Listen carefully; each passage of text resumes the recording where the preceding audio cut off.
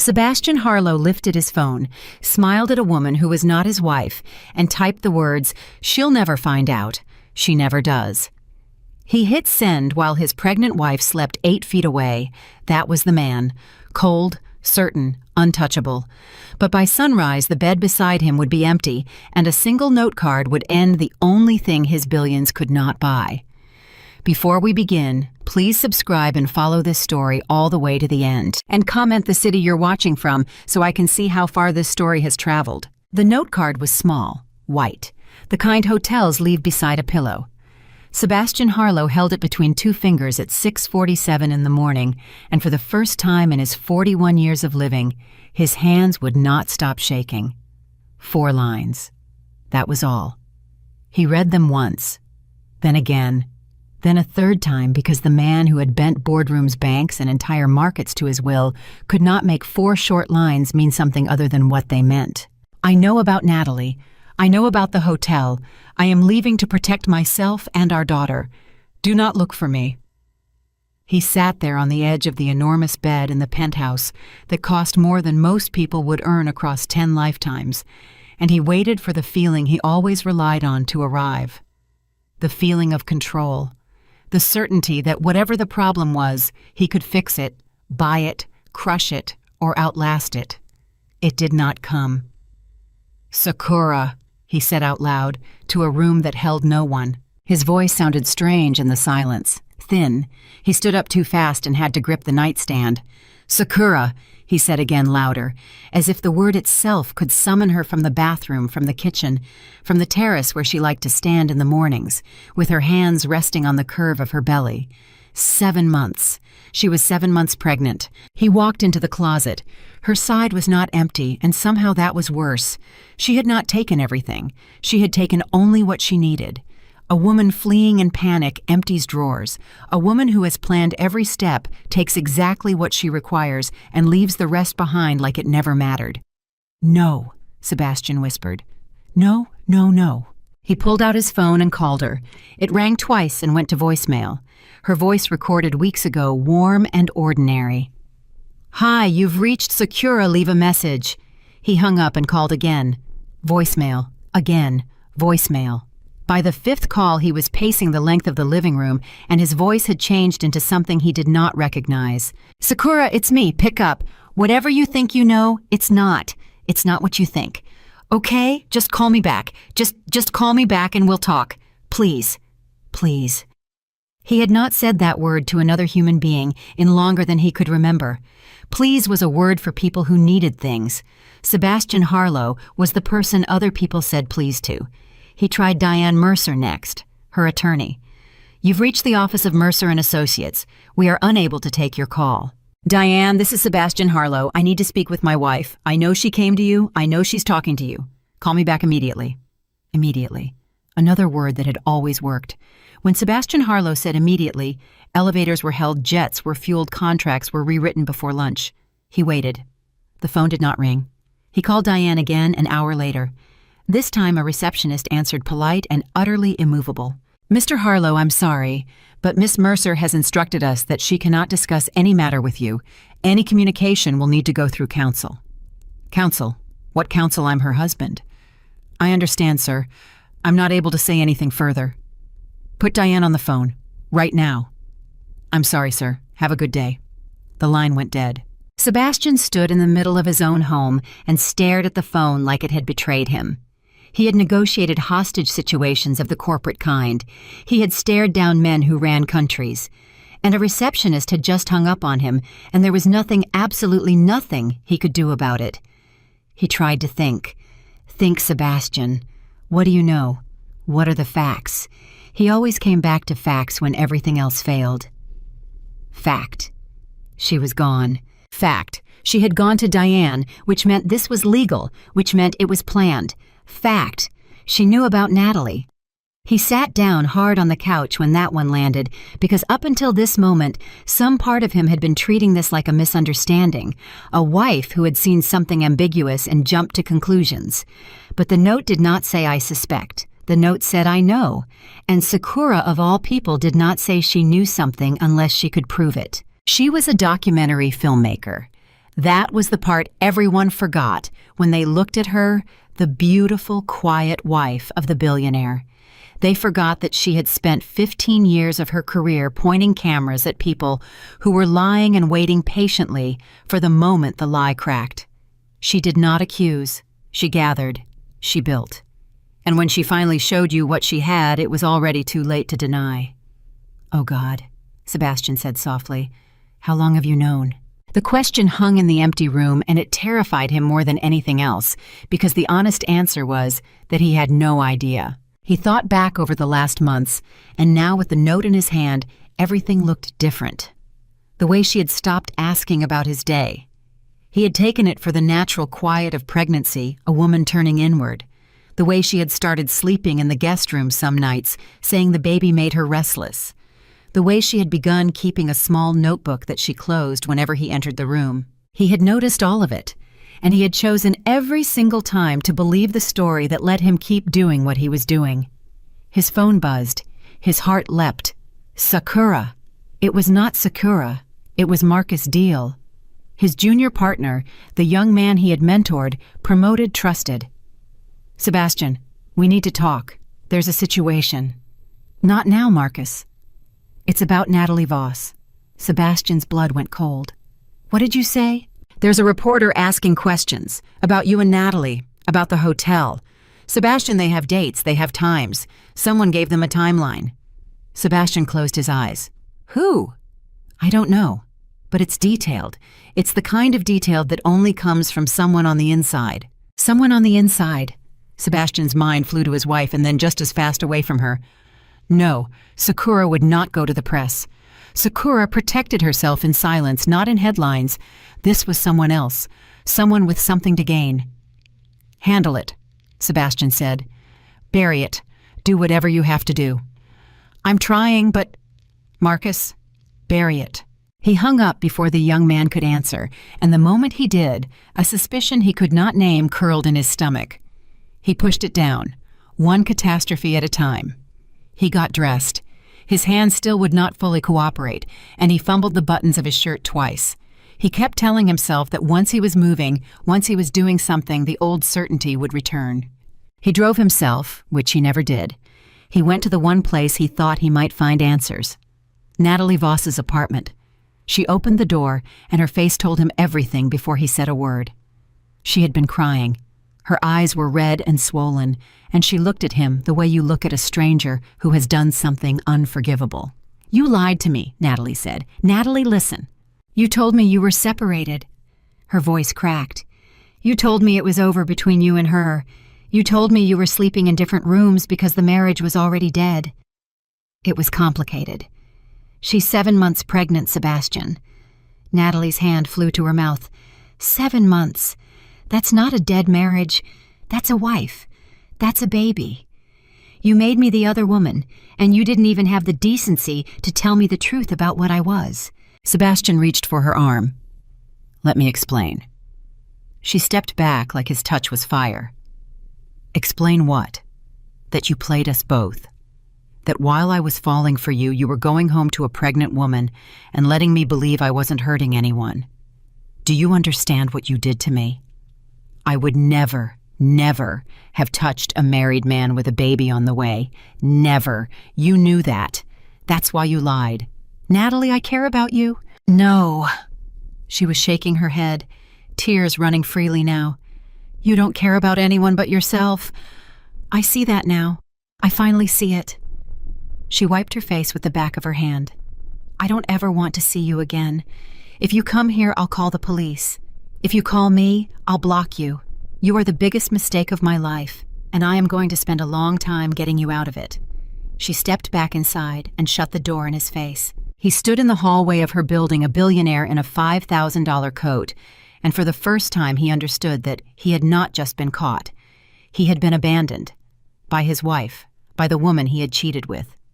In one morning, both of the women in his life had looked at him and decided he was not worth staying for. He drove back to the city with no destination. At a red light, he caught his own reflection in the mirror, and he did not like the man looking back. His phone rang again. His mother, Margaret Harlow. He almost did not answer, But some part of him, the boy who had spent a lifetime trying to make this woman proud, could not let it ring. "Mother. Sebastian." Her voice was clipped cold, in a way he knew well. "I just got off the phone with Sakura." His heart stopped. "You spoke to her. Where is she? Is she okay? Is the baby? She is safe. That is all I will tell you, and I am telling you that so you will stop calling every person she knows and embarrassing this family further." "Mother, you have to tell me where she—" "I don't have to do anything." Margaret's voice was iron. "Do you know what she told me, Sebastian? Do you know what your wife 7 months pregnant alone said to me on the phone? She thanked me. She thanked me for the years I was kind to her, and she apologized for leaving without saying goodbye to me because she said she could not risk it getting back to you." Margaret paused. "She apologized to me for leaving you. Do you understand how badly you must have hurt that girl for her to be apologizing to your mother?" "I made a mistake." "You made a choice, repeatedly, over months. A mistake is a moment. What you did was a life." Sebastian had no answer. "I raised you to be strong," Margaret said, and now there was something almost sad under the anger. "I did not raise you to be cruel. Somewhere along the way, you decided those were the same thing. They are not. And I am ashamed that it took your wife walking out that door for me to say it to your face. Mother, please. You're my mother. You're supposed to be on my side." The silence that followed was long. "I have been on your side your whole life, Sebastian, blindly, and I watched a kind, decent woman disappear inside your house a little more every year, and I told myself it was not my business. So no, this time I am not on your side. This time I am on hers. And if you had any sense left in you, you would be on hers too." She hung up. Sebastian sat in his car in the parking garage of his own building and did not move for a very long time. Everyone had a version of him now. The liar, the cheat, the man who was never told the truth, the husband who was worse than she'd imagined. And not one of those versions was the man he had always believed himself to be, which was a man who was at his core good. He forced himself upstairs. He forced himself to think. He was Sebastian Harlow. He had money, lawyers, investigators, an entire machine at his disposal. He would find her, not to punish her, to explain, to fix this. Everything could be fixed. Everything had always been fixable. He called his own investigator a man named Reyes, who had found people who did not want to be found before. "I need you to locate my wife," Sebastian said. "She left this morning. I have reason to believe she's traveling with an attorney's help." There was a pause on the line.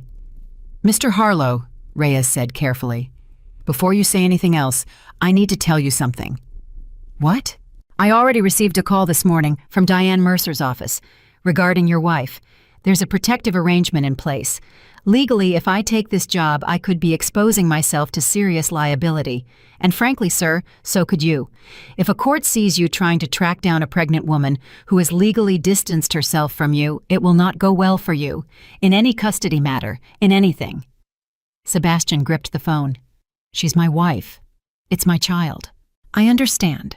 But my advice, and I'm giving it to you as someone who's worked for you for 6 years, is do not do this. Do not chase her. Let the lawyers talk. Anything else, and you're building the case against yourself with your own hands." Sebastian said nothing. "I'm sorry, Mr. Harlow, I can't take it." He set the phone down. The machine, his machine, the thing he had always counted on to make problems disappear, and the machine was telling him no, not because it could not, because doing so would destroy him. He thought he understood then what Sakura had done. She had not just left him. She had built a wall of law and consequence so high that his money, his power, everything he had used to control the world would shatter against it. She had beaten him at the only game he had ever won. She had made herself unfixable. The next days blurred. The story broke, of course. It always broke. A financial news outlet ran it first careful and lawyerly, and then the tabloids ran it without any care at all. Billionaire's secret double life. Pregnant wife vanishes. There were photographs. Him entering the hotel, him leaving. Time-stamped. Precise. The kind of documentation that did not come from a lucky paparazzo. the kind that came from someone who had been watching patiently and writing everything down. His board called an emergency meeting. He sat at the head of the table where he had sat for 11 years, and for the first time he could feel the room had turned. The men and women who had once leaned toward him when he spoke now leaned back. "Sebastian," said Howard Feld, the oldest member of the board, a man Sebastian had personally brought in. "We need to talk about the exposure here. Not the personal side, the reputational side. Investors are calling. 2 of our institutional partners have asked for meetings." "It's a personal matter," Sebastian said. "It has nothing to do with the company." "With respect, it has everything to do with the company when your face is on the cover of every business page in the country next to the word deception." Howard folded his hands. "This firm is built on trust, on the idea that if Sebastian Harlow tells you something, it's true. And right now, the entire world is learning that Sebastian Harlow will look you in the eye and lie." The words landed like a slap, not because they were cruel, because they were true. "What are you saying, Howard?" "I'm saying there are conversations happening about whether you should step back, temporarily, as CEO." The room was silent. Sebastian looked around the table at faces he had known for years, and not one of them would meet his eyes, except one. Marcus Deal, sitting near the far end, looked directly at him, and there was something in the young man's expression that Sebastian could not read, something almost like satisfaction. The suspicion returned sharper this time. After the meeting, Sebastian caught Marcus in the hallway. "Marcus, a word." "Sure, Sebastian." "The information the press has, the timeline, the dates, you said it came from someone on the inside." "That's right." "How did you know that, before anyone else? How did you know the details were that precise?" Marcus smiled, and it was not a warm smile. "I've always been good at knowing things before other people, Sebastian. You used to admire that about me. You used to say it was why you promoted me." "Did you leak it?" "Now why would I do that? Answer the question." Marcus stepped closer, and his voice dropped, and the mask slipped just enough for Sebastian to see what was underneath. "You know what your problem is? You think loyalty is something you can buy and then stop paying for. You brought me in, you dangled the partnership, and then you kept it just out of reach for 3 years while you took the credit for everything I built. You treated me exactly the way you treated your wife, like something you owned, like something that would always be there no matter how you handled it." He straightened his jacket. "People get tired of being owned, Sebastian. You'd know that by now if you ever bothered to look at anyone but yourself." "Boa ama silko-saman."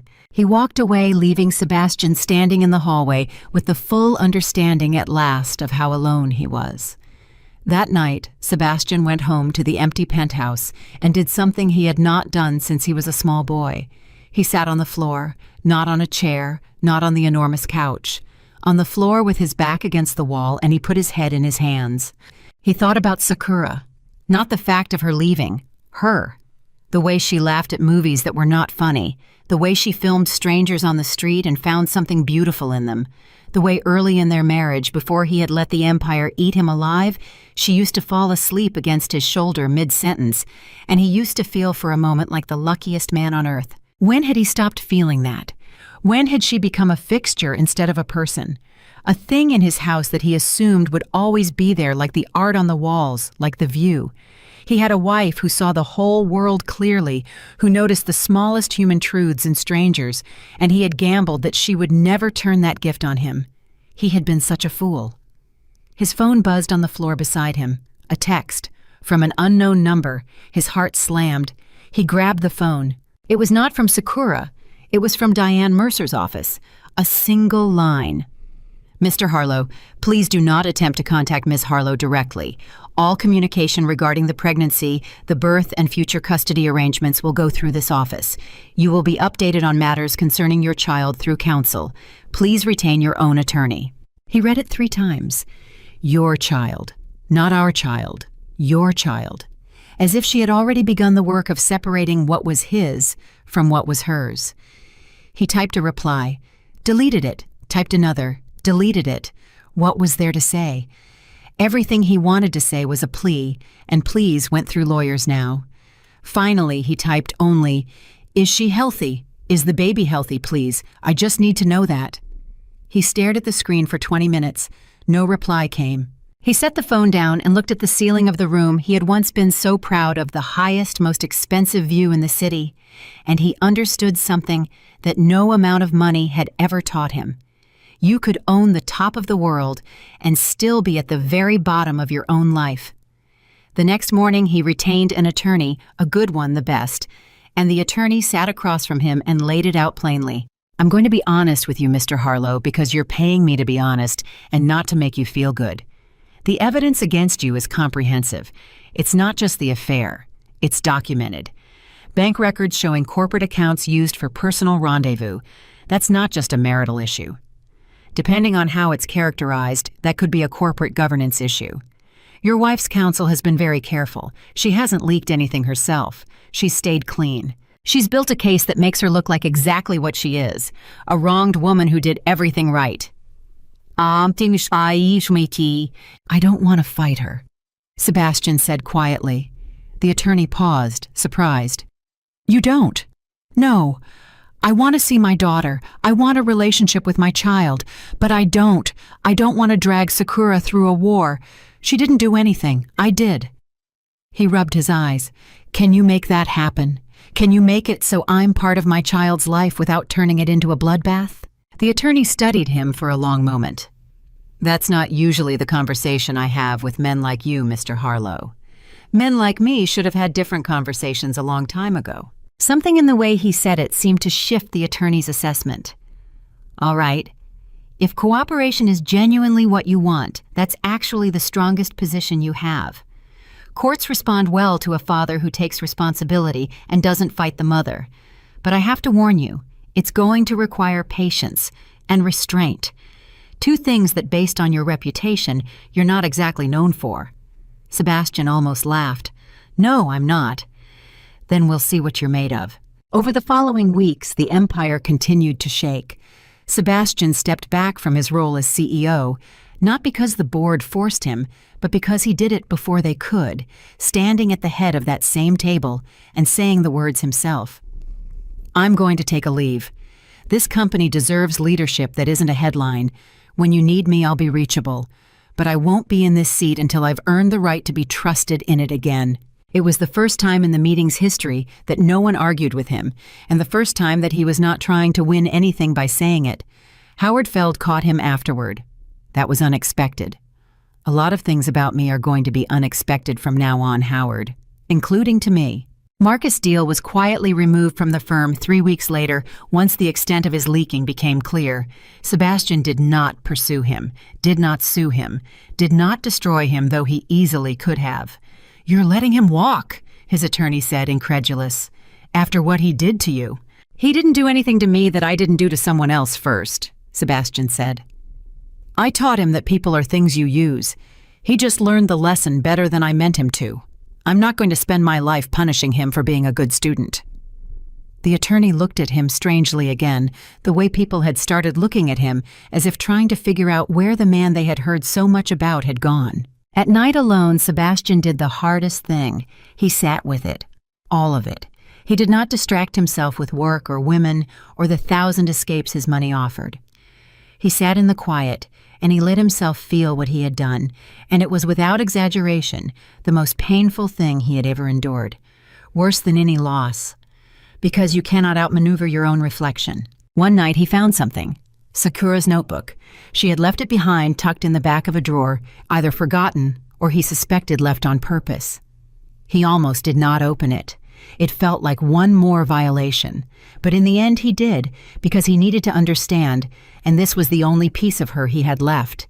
It was not what he expected. It was not a record of his crimes. It was a record of her heart. The early pages were full of love, small observations about him, the way he hummed when he was concentrating, the way he held her hand at the doctor's office when they heard the heartbeat for the first time. She had drawn a tiny heart next to that entry. And then slowly, page by page, month by month, the love turned into worry, and the worry turned into questions, and the questions turned into a quiet, dignified grief. She never wrote a cruel word about him, even at the end, even when she clearly knew everything. The final entry was 3 lines. I keep waiting for him to become the man I married again. I think I finally understand that man was never real and this man was who he was all along. I have to protect her from learning that too late the way I did." Sebastian closed the notebook and wept. Actually wept for the first time in decades, alone on the floor of a penthouse in the sky, a billionaire brought to nothing by 4 lines on a card, and a truth he could no longer escape. The next morning, Diane Mercer's office sent a message. Sakura had reached her 3rd trimester milestone safely. The baby was healthy, that was all. But Sebastian read it a dozen times, and he was pathetically, desperately grateful for even that much. He wrote back through his own attorney a message he had rewritten 40 times to make sure it demanded nothing. "Please tell her I'm not going to fight her. Please tell her I'm not going to look for her. Please tell her I understand why she left and that she was right to. I will wait however long it takes in whatever form she's willing to allow to be a father to our daughter. And if the answer is that she never wants to see me again, I will accept that too, because for the first time in my life, I understand that what I want is not the only thing that matters." He did not know if the message would ever reach her. He did not know if she would believe it if it did. He had spent years teaching her that his words could not be trusted, and now when he finally meant one, he had no way to prove it. That was the price. He understood it now, the full price. It was not the company or the money or the reputation, though he had lost some of all 3. The price was this. He had become a man whose word meant nothing to the one person he most needed to believe him. And there was no lawyer, no strategy, no amount of wealth in the world that could buy back a single ounce of that trust. He would have to earn it. Slowly. Maybe forever. Maybe without ever getting it back at all. He walked to the window and looked out at the city where everyone knew his name, where he had once felt like a king, and he pressed his hand flat against the cold glass. Somewhere out there, a woman he had failed was carrying his daughter, building a new life, learning how to breathe without him. And the only decent thing left for him to do was to let her.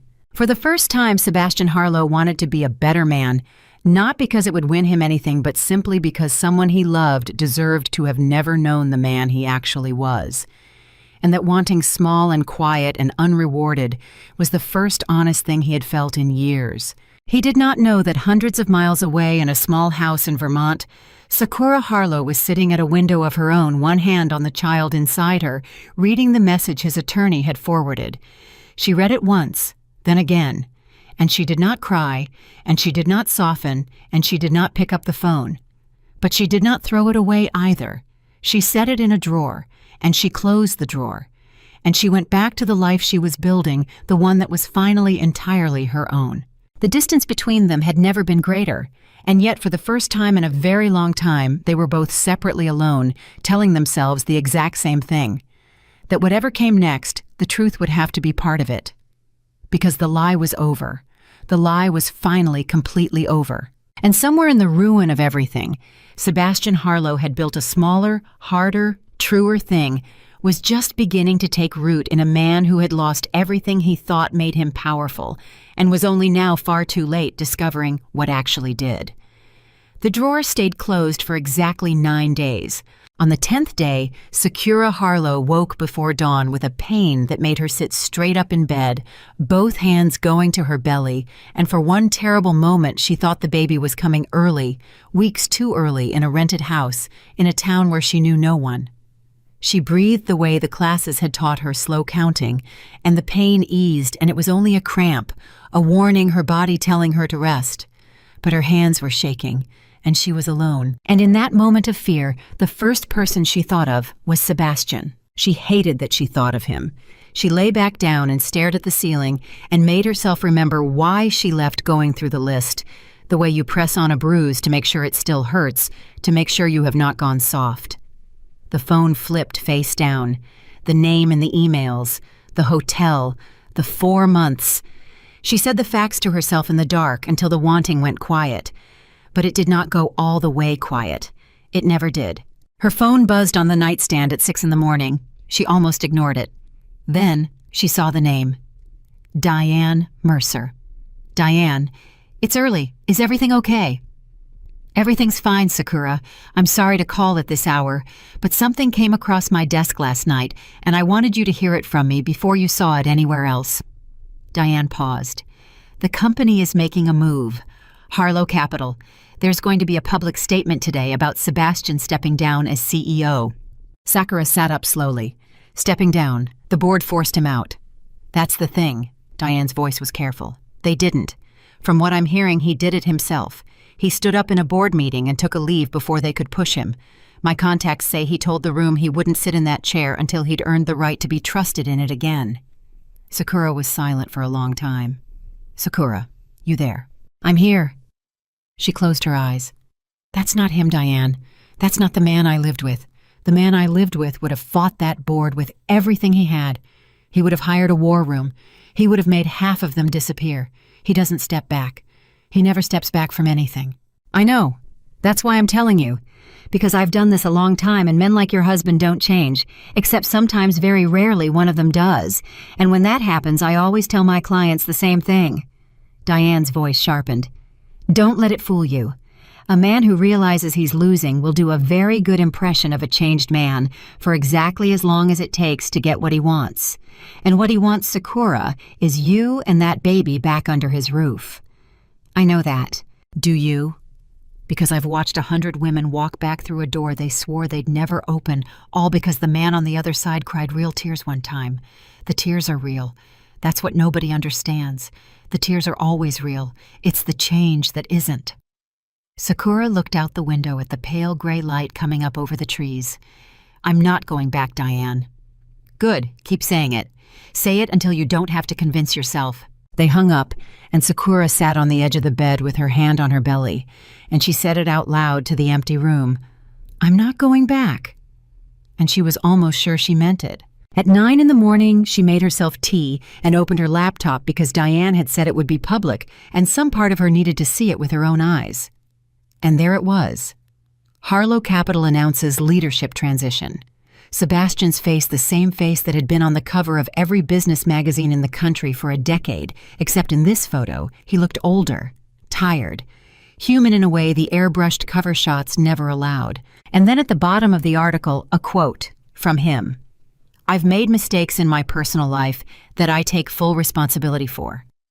My family is going through a private and difficult time because of choices I made, and no one is to blame for that but me. I'm asking the press and the public to respect the privacy of my wife, who did nothing wrong and deserves peace. I won't be commenting further. Sakura read it 3 times. Then she closed the laptop and sat very still. He had told the world she did nothing wrong. He had taken the blame in public and print, in the one arena where his reputation was everything. The old Sebastian would have found a way to spin it to make himself the misunderstood one, to leak a story that softened his edges. This Sebastian had stood in front of the entire world and said the fault was his, and hers was none. She did not know what to do with that. So she did the thing she had done her whole life when she did not know what to feel. She reached for a camera. She had brought only one, a small one, nothing like the professional rigs she used to travel with, but it was enough. She turned it on, and she pointed it at nothing at the window at the light, and she started talking to it the way she used to talk to her subjects, and slowly, without meaning to, she started telling the truth. I keep waiting to feel free, she said to the lens. Everyone said when you finally leave, you feel free. I don't feel free. I feel like I'm carrying something I can't put down. Not the baby. The other thing. The love. Nobody warns you that you can stop trusting a person and keep loving them at the same time. That's the part that doesn't make sense. That's the part that makes you feel crazy. She turned the camera off, and for the first time in weeks, her chest felt a little lighter. Not healed, lighter. That afternoon, there was a knock at the door, and Sakura's whole body went cold because no one knew where she was. No one. Diane had been meticulous. The house was rented under a shell arrangement.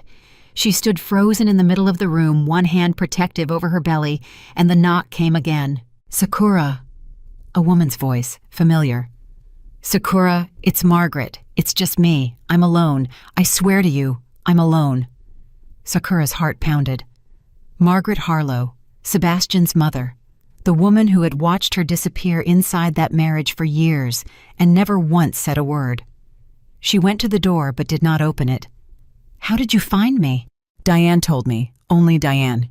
She made me promise on my life I would come alone and tell no one, especially not my son. He doesn't know I'm here. He will never know unless you want him to. A pause. Please, I'm an old woman standing on a porch and my feet hurt, and I have driven a very long way to say something I should have said years ago. You don't have to let me in, but please let me say it. Sakura opened the door. Margaret Harlow looked smaller than she remembered. The imperious woman who had presided over family dinners like a queen looked standing there in the doorway, simply like somebody's tired mother. "May I sit?" Margaret said. They sat. Sakura did not offer tea. She was not ready to be that gracious. "I owe you an apology," Margaret said, and her voice did not waver. "Not for what he did. That's his to answer for, not mine. I owe you an apology for what I did, which is nothing. For years I watched you get quieter and smaller every time I saw you. I watched the light go out of you a little at a time, and I told myself it was the marriage, it was the pressure, it was not my business. But I knew. A mother knows her son. I knew what he was becoming, and I said nothing because it was easier, and because I was afraid that if I said something I'd lose him." She looked down at her hands. "And now I've lost him anyway, because there's nothing to hold on to. I raised a man I don't recognize. That's my failure, and you paid for it. You and that baby paid for my cowardice, and I am so deeply sorry." Sakura's eyes filled. She had not expected this. "Margaret, let me finish." The old woman's chin trembled. "I'm not here to plead his case. I want to be very clear about that. If you never take him back, I will understand, and I will still be in that child's life if you'll let me on your terms, only your terms. I'm not here as his mother. I'm here as I hope someday my granddaughter's grandmother. That's all I'm asking, a chance to be that. Nothing else." Sakura wiped her eyes. "You're not going to defend him." "No," Margaret said it flatly. "He doesn't deserve defending. What he deserves is to sit in exactly the mess he made and figure out how to become a person worth knowing. And do you want to know the truth?" She leaned forward. "I think for the first time in his life, he might actually be doing it. I don't say that to move you. I say it because it's a fact and I've never seen it before. But I also know that his becoming a better man is not your job. It's not your reward to give, and it's not your burden to wait for. You go build your life. You let him build his, or not. And if the two of you ever find your way to something honest, it should be because you both walked there, not because you got tired of walking away." Sakura sat with that for a long moment. "You've changed too," she said quietly. Margaret laughed a short, sad sound. "Watching your family fall apart has a way of clarifying things. I spent 70 years being certain about everything. Turns out I was wrong about most of it. That's a hard thing to learn this late." They talked for 2 hours, not about Sebastian mostly, about the baby, about names, about the small house in the town, and whether Vermont winters were as bad as everyone said. And when Margaret left, she hugged Sakura carefully, mindful of the belly between them, and she whispered, "Thank you for letting me sit at your table. I didn't earn it." After she was gone, Sakura stood in the doorway and watched the car disappear down the road, and she felt something she had not expected to feel for anyone connected to that family. She felt understood. Back in the city, Sebastian did not know his mother had gone to Vermont. He knew only that the days had a strange new shape to them, empty of the things that used to fill them, the meetings and the calls and the constant motion. He had made a decision sitting on that floor with Sakura's notebook that he would not fill the emptiness with distraction. He would sit in it. He would let it teach him something. It was the hardest thing he had ever tried to do, and he was terrible at it. He started therapy because his attorney had suggested a court would look favorably on it, and Sebastian had walked in the first day cynical, treating it like a box to check. The therapist was a woman named Dr. Okafor, and she was not impressed by him, which he found to his surprise refreshing. "So why are you here?" she asked in the first session. "My attorney thinks it'll help my custody case." That's an honest answer. It's also not a reason to do the work. It's a reason to sit in a chair. She folded her hands. "You can sit in that chair for a year and check the box and change nothing, and I'll take your money, and the court will see the receipts, and you'll be exactly the same man who cheated on his pregnant wife and lost his family. Is that what you want? To be the same?" Sebastian was quiet for a long moment. "No." "Then let's not waste each other's time. Tell me the truth about something, not the version that makes you look good. the real one. And to his own astonishment, he did. He told her about the phone, the text he had sent while Sakura slept 8 feet away. She'll never find out. She never does. He told her how easy it had been, how it had not even felt like a betrayal in the moment, how it had felt like something he was entitled to. Entitled, Dr. Okafor repeated. Say more about that. I don't know. I built everything. I earned everything. Somewhere along the way I started to feel like the rules were for people who hadn't earned the right to break them. And your wife? Was she one of the things you built? One of the things you earned? Sebastian flinched. That's a hard way to put it. It's how you were living it.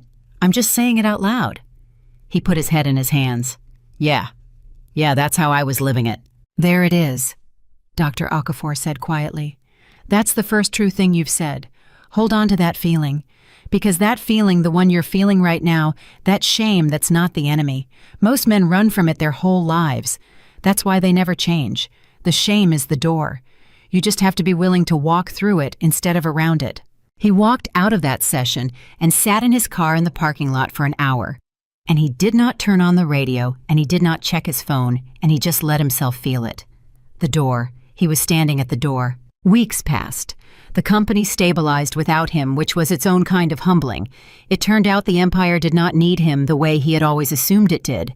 The world he had thought would collapse without his hand on the wheel rolled on just fine, and there was a lesson in that too, one he was not sure he liked. He kept the promise he had made. He did not look for Sakura. Every cell in his body wanted to. He had the resources to find her in an afternoon. But he did not, because he had finally understood that finding her would prove exactly the thing she had left to escape, that he believed his wanting outweighed her choice. Instead, he wrote letters. He did not send them. He wrote them in a notebook of his own because Dr. Okafor had suggested it, and because he had nothing else to do with the words. Dear Sakura, one of them began, I found your notebook. I know I shouldn't have read it. I've stopped apologizing for the small things because there are so many big things to apologize for that the small ones feel like an insult. But I read it, and I want you to know that the man you drew a little heart next to the one who held your hand when we heard the heartbeat, I want to be him again. Not to win you back. I know I've lost that. But because our daughter deserves to have him for a father, and because you deserve to have not been wrong about him all along. He never sent it. He just kept writing. Then one Tuesday afternoon in the 9th month, the call came. Sebastian was in Dr. Okafor's waiting room when his phone rang, and it was his attorney. And the attorney's voice was strange. Sebastian, I just heard from Diane Mercer's office. Sakura's gone into labor. She's at a hospital in Vermont. Everything's proceeding normally. Mother and baby are expected to be fine. Sebastian stood up so fast the chair scraped. Vermont? What hospital? I can be there in... Sebastian, stop. The attorney's voice was firm. Listen to me. She did not invite you. Diane made that explicitly clear. If you get on a plane and show up at that hospital, you will undo every single thing you've built these last 2 months. You will look exactly like the man she ran from. A man who shows up where he's not wanted because he thinks his presence is a right and not a privilege. Sebastian stood in the middle of the waiting room, phone pressed to his ear, and he wanted to scream. His daughter was being born. His daughter. And he was 300 miles away, and he was being told to stay. She's having my child, he said, and his voice cracked. Right now, my child is being born, and I'm supposed to just sit here. Yes. The attorney did not soften it. That's exactly what you're supposed to do, and I know it's the worst thing anyone's ever asked of you. But this is the moment, Sebastian. This is the exact moment that decides who you are now. The old you gets on a plane. The man you're trying to become respects that she gets to bring your daughter into the world on her own terms because you're the one who took the choice away from her in every other part of her life. And this is the one time you can give it back. Sebastian sank back into the chair. Are you still there? The attorney said. I'm here. His voice was barely a whisper. I'm not getting on the plane. That's the right answer. That's the hardest right answer you'll ever give. He hung up. Dr. Okafor's door opened, and she saw his face, and she said, What happened? My daughter's being born right now in Vermont, and I'm not going. Dr. Okafor sat down across from him, and for once she did not ask a probing question. She just said, That's the most loving thing you've ever done. I know it doesn't feel like it, but choosing to stay away because it's what she needs when everything in you wants to go, that's love, Sebastian. Real love. The kind that isn't about you. He put his head down and he wept in that office while his daughter came into the world hundreds of miles away, and he had never felt so simultaneously broken and in some strange, painful way so nearly whole. In Vermont, it was long. The labor went 11 hours, and Sakura did it with a doula Diane had helped arrange, and a nurse who held her hand, and near the very end with Margaret Harlow, who had driven up the moment Diane called her, and who sat in the hallway for hours, not knowing if she'd be allowed in until Sakura, in a moment between contractions, gasped to the nurse, "There's a woman outside. Margaret, let her in. I don't want to be alone." And so it was Sebastian's mother, not Sebastian, who was in the room when Audrey Rose Harlow took her first breath at 4:17 in the morning and filled the room with a furious, healthy, magnificent cry. Margaret wept openly. "Oh," she kept saying, "oh, she's perfect. Oh, Sakura, she's perfect. Look at her. Look what you made." Sakura, exhausted, drenched, triumphant, held her daughter against her chest and looked down at the small, furious face and felt the entire world reorder itself around this one tiny person. Everything else, the marriage, the betrayal, the fear, all of it shrank to almost nothing in the face of this. "Hi," she whispered to the baby. "Hi, Audrey. I'm your mom. I've got you. I promise you I've got you."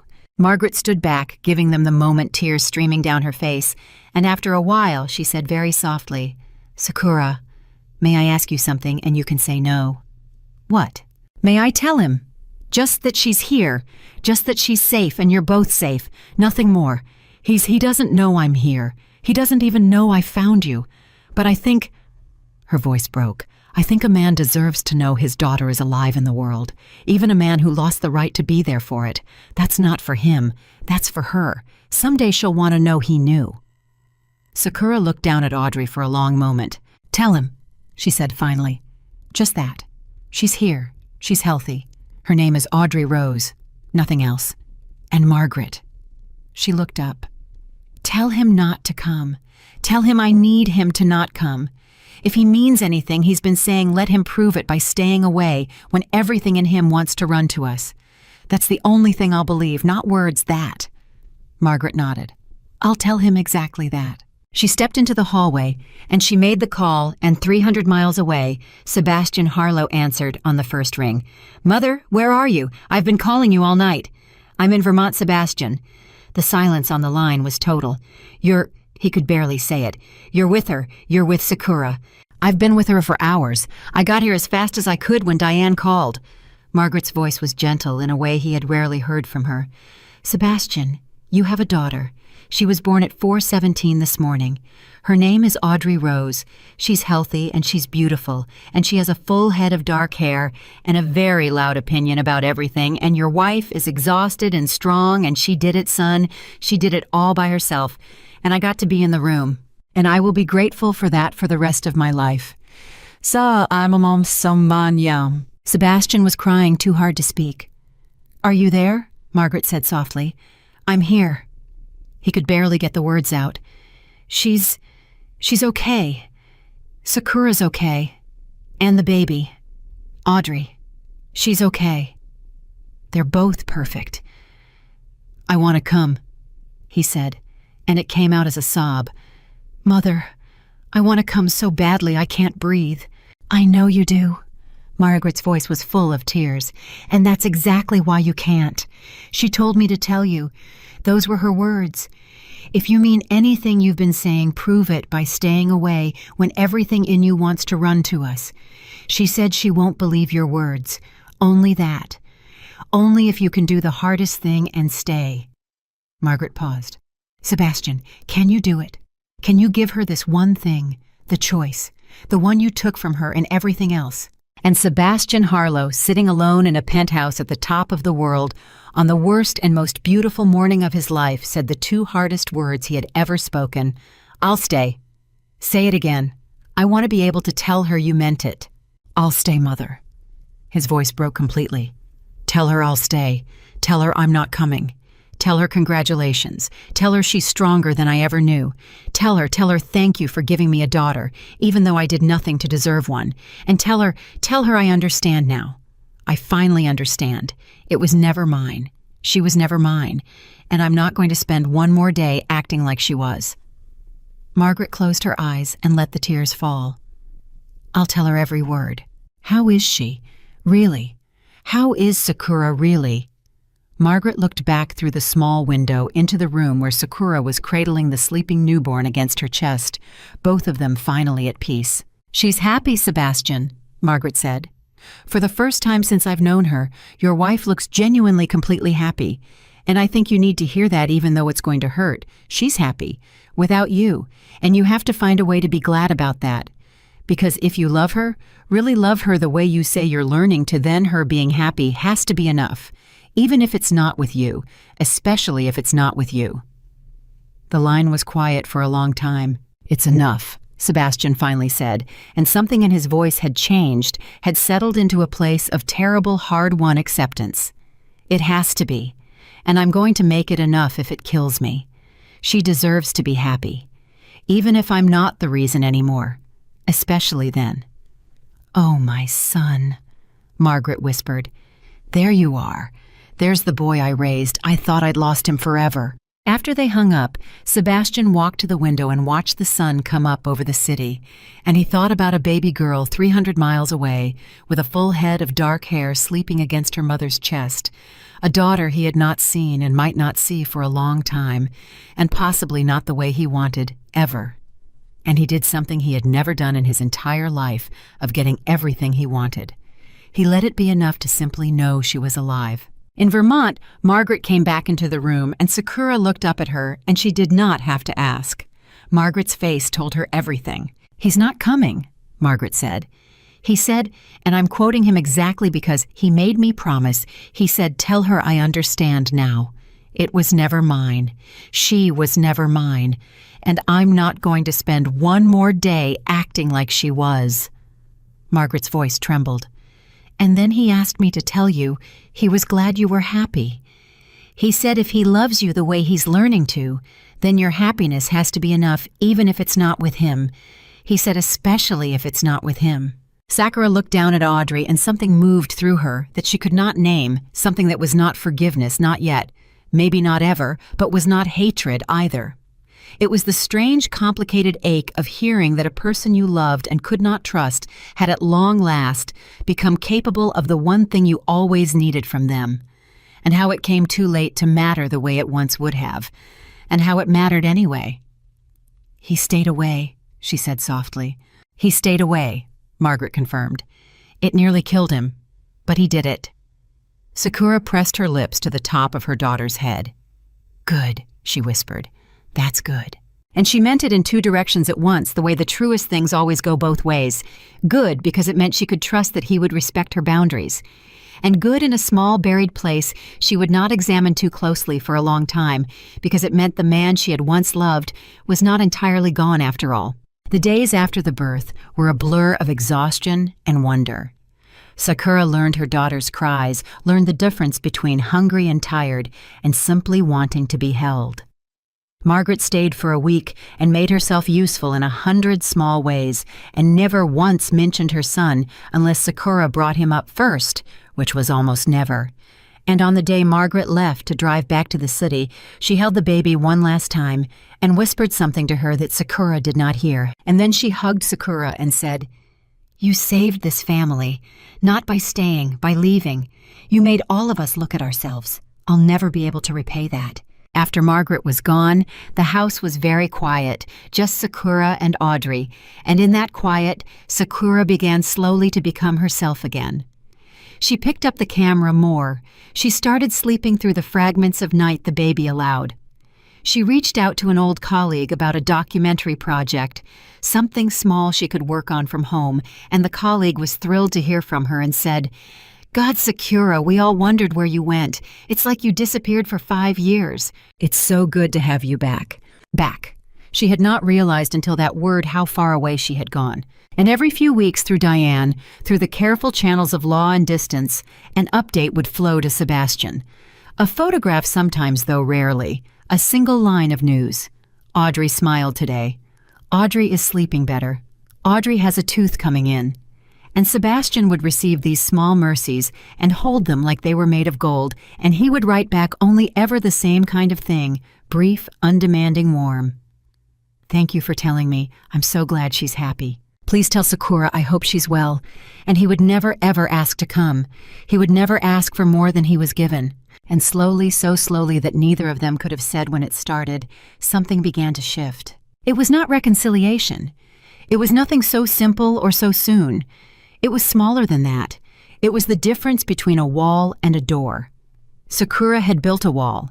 And a wall over time, if the person on the other side truly stops trying to climb it, if he really does just sit down and wait and let you live, can become, without either of you deciding it, something with the faint possible shape of a door. Still closed, still locked, but no longer a wall. One night, 4 months after Audrey was born, Sakura sat by the window with her sleeping daughter in her arms, and she opened the drawer, the one she had closed 9 days into her new life. She took out the message Sebastian had sent through his attorney all those months ago, the one she had read twice and put away. She read it again now, in the light of everything that had happened since. Please tell her I understand why she left and that she was right to. I will wait however long it takes in whatever form she's willing to allow to be a father to our daughter. And if the answer is that she never wants to see me again, I will accept that too. She had not believed it when she first read it. Words she had thought. Just words. He was always good with words. But now she had watched him, for months. She had watched him step down from the throne he loved more than anything. She had watched him take the blame in public and shield her name. She had watched him stay away from the birth of his own daughter because she asked him to, when everything about the man she married screamed that he would never, could never do such a thing. She had watched the words become finally actions. And she knew the way her whole career had taught her to know, the way she knew a subject was telling the truth by the 1,000 small tells that could not be faked, that this time the man was not performing. This time he had actually changed. And that was the most disorienting thing of all, because she had left a man she could not forgive. And somewhere in the months of distance, without her permission, without her wanting it, that man had quietly ceased to exist and been replaced by someone she did not yet know, someone she was not sure she was ready to know, someone who was against all odds, and far too late, becoming exactly the man she had once believed she married. She looked down at Audrey, sleeping perfect dark-haired. And she thought about the future stretching out in front of them, and she thought about the question she had been refusing to ask herself for months. Not whether she would ever go back. She would not. That door was closed, and she was at peace with it being closed. The question was smaller and stranger and much harder. It was whether a man who had broken everything could ever be allowed to help build something new. Not the same thing. Never the same thing. Something else. Something honest. Something with the truth in it from the very first brick. She did not have the answer. She was not sure she wanted one yet. But for the first time, she let herself hold the question without flinching. She set the message back in the drawer, and this time she did not close it all the way. She left it open just a crack. Not for him, for herself. So that she would remember that people sometimes, very rarely in the ruins of everything they've destroyed, can surprise you, can become, can change. Not enough to undo the past. Never that. But maybe someday, if the truth was there from the start, this time enough, to build a very different kind of future. One where a little girl named Audrey Rose might grow up knowing both her parents. One where the word family meant something honest, even if it never again meant the same thing it was supposed to. Sakura kissed her daughter's forehead and carried her to the crib and laid her down gently. And she stood there a long moment in the dark, watching the small chest rise and fall, and she whispered so quietly, it was barely sound at all. We're going to be okay, you and me. We already are. And then, after a pause so soft, she almost did not let herself say it. And maybe someday, in a way that's true, this time, we won't have to do it all alone. She did not know if she believed it. But she no longer knew that she didn't. And in a penthouse 300 miles away, Sebastian Harlow sat with a photograph of a daughter he had never held, and he did not wish for more than he had, and he did not plot how to get it, and he did not treat her mother's peace as a problem to be solved. He simply looked at the small face in the picture, and he let himself love her without needing anything back. And for a man who had spent his entire life measuring love in what it could get him, it was the first completely selfless feeling he had ever known. He set the photograph on his nightstand where he would see it every morning and every night. And he made himself a promise, the only kind of promise that meant anything, any more the kind you make with no audience and no reward and no guarantee anyone will ever know you kept it. He promised he would keep becoming this man, not to win anyone back, not to earn his way through the door, but because somewhere out there was a little girl who would grow up and someday ask what kind of man her father was. And he was going to make sure that whatever the answer turned out to be, it would finally, for the first time in his life, be the truth. The crack in the drawer stayed a crack for exactly 6 weeks. And then, on a Thursday morning in the 5th month of Audrey's life, everything Sakura had carefully built came under threat from a direction she never saw coming. It started with a phone call from Diane, and this time there was no gentleness in it, only urgency. "Sakura, I need you to sit down. Are you sitting?" "Diane, you're scaring me. What is it? Is it Sebastian? Did he—" "It's not Sebastian. It's worse." Diane took a breath. "Do you remember Marcus Deal? Sebastian's old junior partner, the one who leaked the affair to the press?" "Of course. What about him?" "He's resurfaced, and he's not done. He's shopping a story to a publisher, a tell-all, about the whole Harlow empire, the affair, the collapse, all of it. And Sakura, your name is in it. He's positioning you as the vengeful wife who orchestrated the destruction of a billion-dollar company.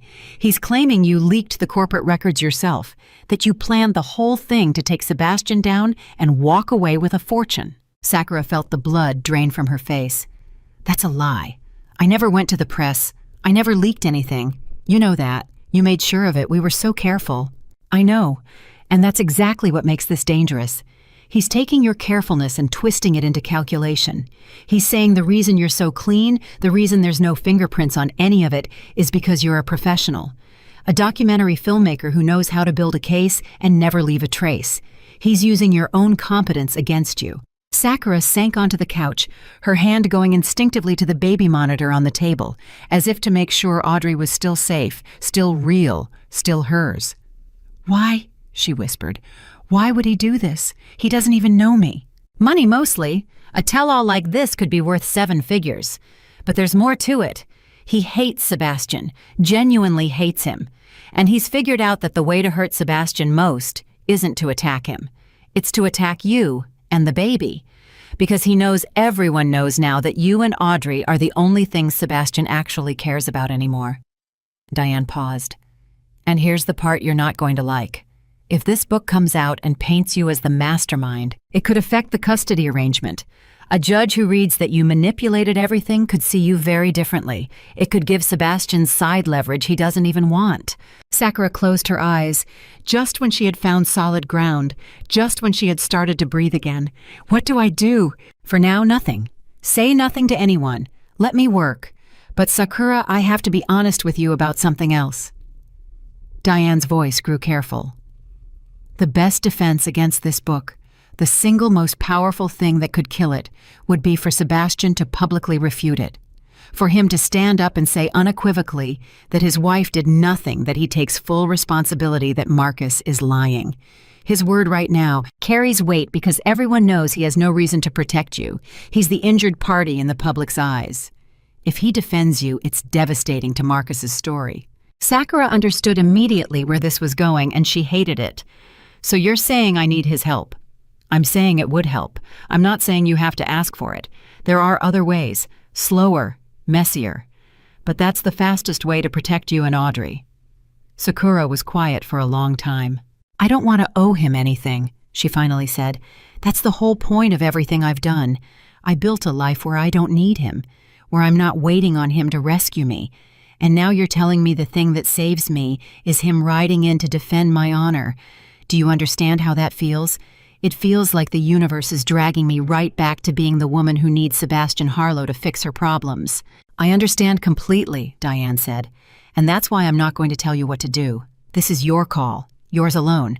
I just wanted you to know all the pieces on the board." Sakura hung up and sat in the silence of the little house, and for the first time in months, she felt the old fear creeping back, the fear of being small, of being at the mercy of forces bigger than her, of a man's choices shaping her life, whether she wanted them to or not. But she was not that woman anymore. She had spent 5 months proving that to herself. So she did not call Sebastian. She did not ask him for anything. Instead, she picked up her camera. 300 miles away, Sebastian learned about the book the same day, and his reaction was nothing like Sakura's careful restraint. His attorney called him, and Sebastian listened to the whole thing in silence. And when the attorney finished, Sebastian said only in a voice that had gone very cold and very quiet, "Where is Marcus Deal right now?" "Sebastian, I know what you're thinking. Don't. I asked you a question, and I'm going to answer it with advice instead, because that's what you pay me for. Whatever you're planning, whatever old instinct is telling you to go crush this man the way you would have 2 years ago, don't. You do that, you become the villain again. You prove Marcus's whole point that you're a ruthless man who destroys anyone in his way." Sebastian stood at his window, and the old rage was there, the familiar heat of it, the desire to reach out with all his money and power and simply erase Marcus Deal from the earth. It would be so easy. He could do it in a week. He knew exactly how. And then he thought about Dr. Okafor, and he thought about Audrey, and he thought about the promise he had made the one with no audience.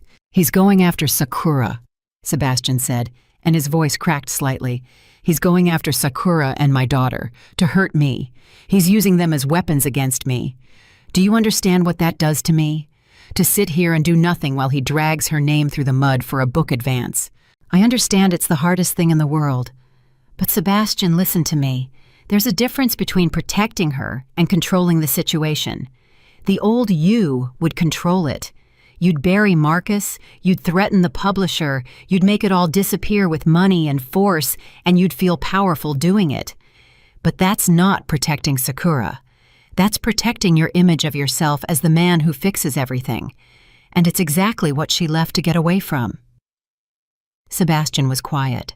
"If you really want to protect her," the attorney continued, "the way to do it isn't force, it's truth. The one thing Marcus can't fight is the truth told plainly by the one person with nothing to gain from telling it." And Sebastian understood. The same thing Diane had understood. The most powerful thing he could do was simply tell the truth in public. Take the blame again fully and clear Sakura's name not as an act of control, but as an act of honesty. But he also understood something his attorney did not say. He could not do it without Sakura's permission. Because doing it without asking her, inserting himself into her life uninvited, appointing himself her protector, would be the old Sebastian all over again, the man who decided what was best for her and acted without her consent. The very pattern that had destroyed them. So for the first time in the entire ordeal, Sebastian did something he had sworn he would never do. He reached out, not to demand, to ask. He wrote a message and sent it through the lawyers, and he agonized over every word. "Sakura, I know about Marcus's book. I know what he's saying about you, and I want you to know that it's a lie, and that I know it's a lie, and that I will do absolutely nothing about it unless you want me to. I have the ability to defend you publicly. My word still counts for something on this, because the world knows I have no reason to protect you. If you want me to make a statement clearing your name, I'll do it today exactly the way you want it, and I'll never mention it again. But I will not do it without your permission. I've spent too long deciding things for you. This is your name and your life and your choice. Tell me what you want, or tell me nothing at all, and I'll respect either one. I just needed you to know the option exists, and that I'm not going to take it away from you by acting on my own. Asti mitia misan chia." He hit send before he could second guess it, and then he sat and waited, and it was the longest wait of his life.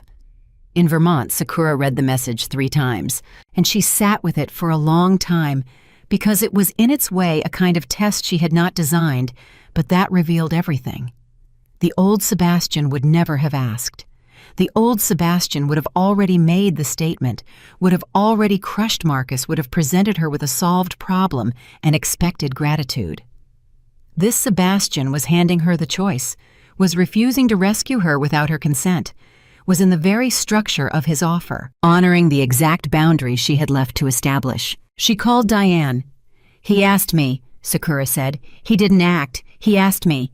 He said he won't do anything without my permission. Diane was quiet for a moment. Well, she said finally, I'll be damned. What do you mean? I mean, I've been doing this for 25 years, and I have never not once seen a man like your husband ask permission for anything. That message you just described, that's not a man managing you. That's a man who actually gets it. I'm not saying trust him. I'm saying factually, that's the most changed thing I've heard yet. Sakura looked at the message on her screen. If I say yes, I'm letting him back in, even a little, even just this once, and I don't know if I can control what that starts. And if you say no, Diane said gently, you fight this book the hard way alone, and you might still win, but it'll cost you months, and it'll put your name and Audrey's future at risk. Sometimes accepting help isn't weakness, Sakura. Sometimes it's just wisdom. The trick is telling the difference. And the difference is usually in whether you're the one who gets to decide. Sakura looked at Audrey asleep in the bassinet across the room, and she thought about her daughter's future, and she thought about the difference between needing a man to save you and allowing a man to help you when you're the one holding all the cards. She wrote back, yes, make the statement, but I want to see it before you release it.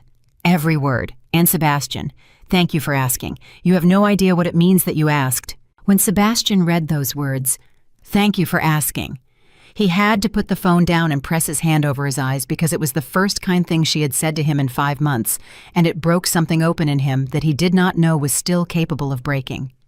He drafted the statement and sent it to her first exactly as promised. It was simple and it was devastating in its honesty. There have been recent claims about my former marriage that I need to address directly. My wife did nothing wrong. She did not leak information. She did not orchestrate anything. She did not plan the collapse of my company or my reputation. Everything that happened to me, I did to myself through my own dishonesty and my own choices. My wife is the only person in this entire story who acted with complete integrity from beginning to end. Anyone claiming otherwise is lying, and I suspect they're lying for money. I will not stand by while a good woman's name is destroyed to sell a book about my failures. The failures are mine alone. She deserves peace, and I'm asking the world one more time to give it to her. Sakura read it and did not change a single word. It's perfect, she wrote back. Release it. He did. And it did exactly what Diane had predicted. The publisher, seeing the injured party himself publicly demolish the book's central premise, got cold feet within a week. Marcus's tell-all, already legally shaky, lost its buyer. The vengeful wife narrative collapsed because the only man withstanding to confirm it had instead sworn on his public reputation that it was false. Marcus Deal, for the second time, found himself outmaneuvered not by force, not by money, but by the one weapon he had never expected Sebastian Harlow to pick up: the truth. And something else happened, something neither Sebastian nor Sakura had planned. The public, which had spent months watching a billionaire's ugly downfall, watched him do this. Watched him step forward not to save himself, but to protect the wife who had left him, asking for nothing, gaining nothing, simply telling the truth to shield her. And the story of Sebastian Harlow began quietly to change in the public imagination, not to hero, nothing so dramatic, but to something more complicated and more human. A man who had done a terrible thing and was visibly, painfully trying to become someone better. Sebastian did not care about that.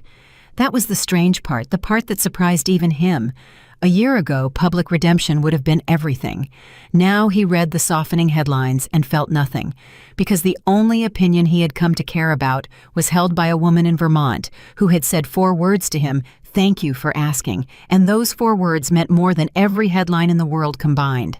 A few days after the statement, Sakura did something she had not done in 5 months. She called him. Directly, not through lawyers. Sebastian was in his kitchen when his phone rang, and he saw the name, and his heart nearly stopped, and he answered with a hand that would not quite hold steady. Sakura. Hi. Her voice was careful, guarded, but it was there. It was really her. I wanted to thank you, properly, for what you did. You didn't have to do it the way you did. You could have just done it and made yourself the hero. You asked me first.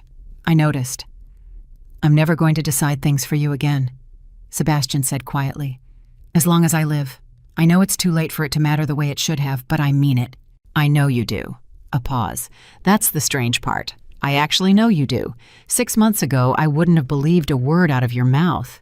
And now I don't know what happened, Sebastian. I don't know how to hold both things at once. What you did to me and who you seem to be now. They don't fit together. It's like you're two different people. I was two different people, he said. One of them lied to you for months and broke your heart and didn't deserve you. And the other one has been trying every single day to figure out how to be a man that the first one should have been all along. I'm not asking you to reconcile them. I can't reconcile them. I just live with both of them being me. There was a long silence on the line. She's beautiful, Sakura said finally, and her voice softened in a way it had not before. Audrey, she has your eyes. I hate that she has your eyes. I look at her every day and I see you, and it makes me furious, and it makes me love her more at the same time, and I don't know what to do with that. Sebastian closed his eyes and gripped the counter. Can I ask you something? And you can say no. You're allowed to ask. Is she as Audrey healthy? Really healthy. Everything's okay. I get the updates, but they're so short, and I never know if... She's perfect, Sebastian. And for the first time, there was something almost tender in how she said it. She's healthy, and she's loud, and she has the most opinions of any human being I've ever met. She got that from you, too. He laughed a broken, wet sound because he was crying and trying not to let her hear it. I'd give anything to hear her be loud. Sakura was quiet, and then she said something that changed the entire trajectory of everything that came after. Would you want to see a video of her? Sometimes. I'm not saying visits. I'm not ready for that. I don't know if I'll ever be ready for that. But a video, so you can hear her be loud. Would that help? Sebastian could not speak for a moment. Yes, he finally managed. Yes, God, yes, more than anything. Whatever you're willing to give me, anything. I'll take anything. Okay, Sakura said softly. Okay, I'll send one. Sometimes, when it feels right. And Sebastian. Her voice hardened again just slightly, the old wall reasserting itself. This isn't the door reopening. I need you to understand that. This is me letting a father see his daughter. That's all this is. Don't build a whole future on it in your head. I know how you think. Don't do that. I won't, he said. I promise. Just this, exactly this. Nothing more than this. And he meant it. And she could tell he meant it. And that more than anything was what made her willing to send the first video that night. It was 11 seconds long. Audrey in a high chair, food on her face, shrieking with laughter at something off camera, her whole tiny body shaking with the joy of it. And at the end, faintly, you could hear Sakura's voice off screen saying, "Is that funny? Is that so funny?" And the baby laughing harder. Sebastian watched it 400 times. He was not exaggerating to himself. 400 easily over the next 2 days. He watched his daughter laugh, and he heard his estranged wife's voice full of a joy he had never given her, and he felt all at once the full measure of what he had lost and the small impossible miracle of the fragment he had just been given back. He wrote to her, "Thank you. I've watched it more times than I want to admit. She has your laugh, not mine. Yours. It's the best thing I've ever heard." Sakura read that alone in her kitchen, and she did not respond for a long time because she was surprised to find her eyes stinging. She has your laugh, not mine. He had noticed. Of all the things he could have said, he had noticed that the best part of their daughter came from her. Over the following weeks, the videos became a quiet, careful current running between two lives that were otherwise entirely separate. Sakura sent them when it felt right, never on a schedule, never as a promise, always on her own terms. And Sebastian received each one like a sacrament, and never once pushed for more, never once used a video as leverage to ask for a visit, never once treated her generosity as an opening to negotiate. And that restraint, that consistent, unwavering respect for the line she had drawn, did something that no grand gesture ever could have. It slowly, week by week, made Sakura trust him. Not with her heart. She was nowhere near that. But with the smaller things, with Audrey, with the truth, with the belief that when Sebastian Harlow said he would do something or not do something, he now actually meant it. One evening, about 7 months after Audrey was born, Sakura was editing footage for her documentary project when Diane called with news that made the ground shift again. Sakura, I have something to tell you, and I honestly don't know how you're going to feel about it, so I'm just going to say it. Sebastian has instructed his attorneys to sign over a substantial portion of his personal assets into a trust. For Audrey, irrevocable. He can't touch it, he can't take it back, and there are no strings. Not visitation, not access, nothing. It's a fortune set aside for your daughter that he has no control over and asks nothing for. Sakura set down her editing tools. Why would he do that? There's a letter. He asked me to read it to you, but only if you're willing to hear it. You can say no. Sakura hesitated. Then read it. Diane cleared her throat. It says, Sakura, I know money is the thing you trust least about me. It's the thing I used to control everything, including you. And I know that. So I want you to know that whatever happens between us, and I expect nothing to happen between us, Audrey will never need anything from anyone. Not from me, not from a court, not from a man. She'll be free in the way that only comes from never having to depend on someone who might let you down. I couldn't give you that freedom when we were married. I took it from you instead. So I'm giving it to our daughter no strings so that she'll grow up as the one thing I failed to let you be. Her own person. Beholden to no one. That's my apology to you, written in the only language I was ever fluent in. I'm sorry I had to lose everything to learn there were better ones. The line was quiet. Sakura was crying, and she did not fully understand why, and she was angry that she was crying, and underneath the anger was something that felt dangerously, terrifyingly like the beginning of forgiveness. He's not doing it to win me, she said half to herself. He knows it won't win me. He said so. He's just doing it. That's what I've been trying to tell you, Diane said softly. I keep waiting for the catch. 25 years of this work, and I always find the catch. There's no catch, Sakura. I've read the document 6 times. The man gave away a fortune to a child he's never held and asked for nothing and expects nothing. I don't know what to call that except changed. Sakura wiped her face. It's terrifying, Diane. Why is it terrifying? Because it was so much easier to leave a monster. Her voice broke. It was so clean. He was the villain, and I was the woman who got away, and everyone understood the story. And now he's doing all of this and being all of this, and I don't have the story anymore. I don't know what the story is. I left a man I hated, and somewhere out there is a man I don't hate anymore, and I don't know that man. And I don't know if I'm allowed to, and I don't know if letting myself know him means I'm weak, or means I'm healing, or means I'm about to make the worst mistake of my life all over again. Diane let the silence sit. Can I tell you what I think? She said finally. Not as your lawyer. As a woman who's watched a lot of these stories end a lot of ways. Please. I think you don't have to know yet. I think the pressure you're putting on yourself to have it figured out, to know what it means to know whether you're strong or weak or healing or foolish, that pressure is just the old life talking. The life where you had to have everything under control because he had all the power and you had to be 10 steps ahead just to protect yourself. You're not in that life anymore. You have the power now, Sakura. All of it. He gave it to you piece by piece, on purpose, which means you get to do the one thing you never got to do when you were married to him. You get to not know. You get to take your time.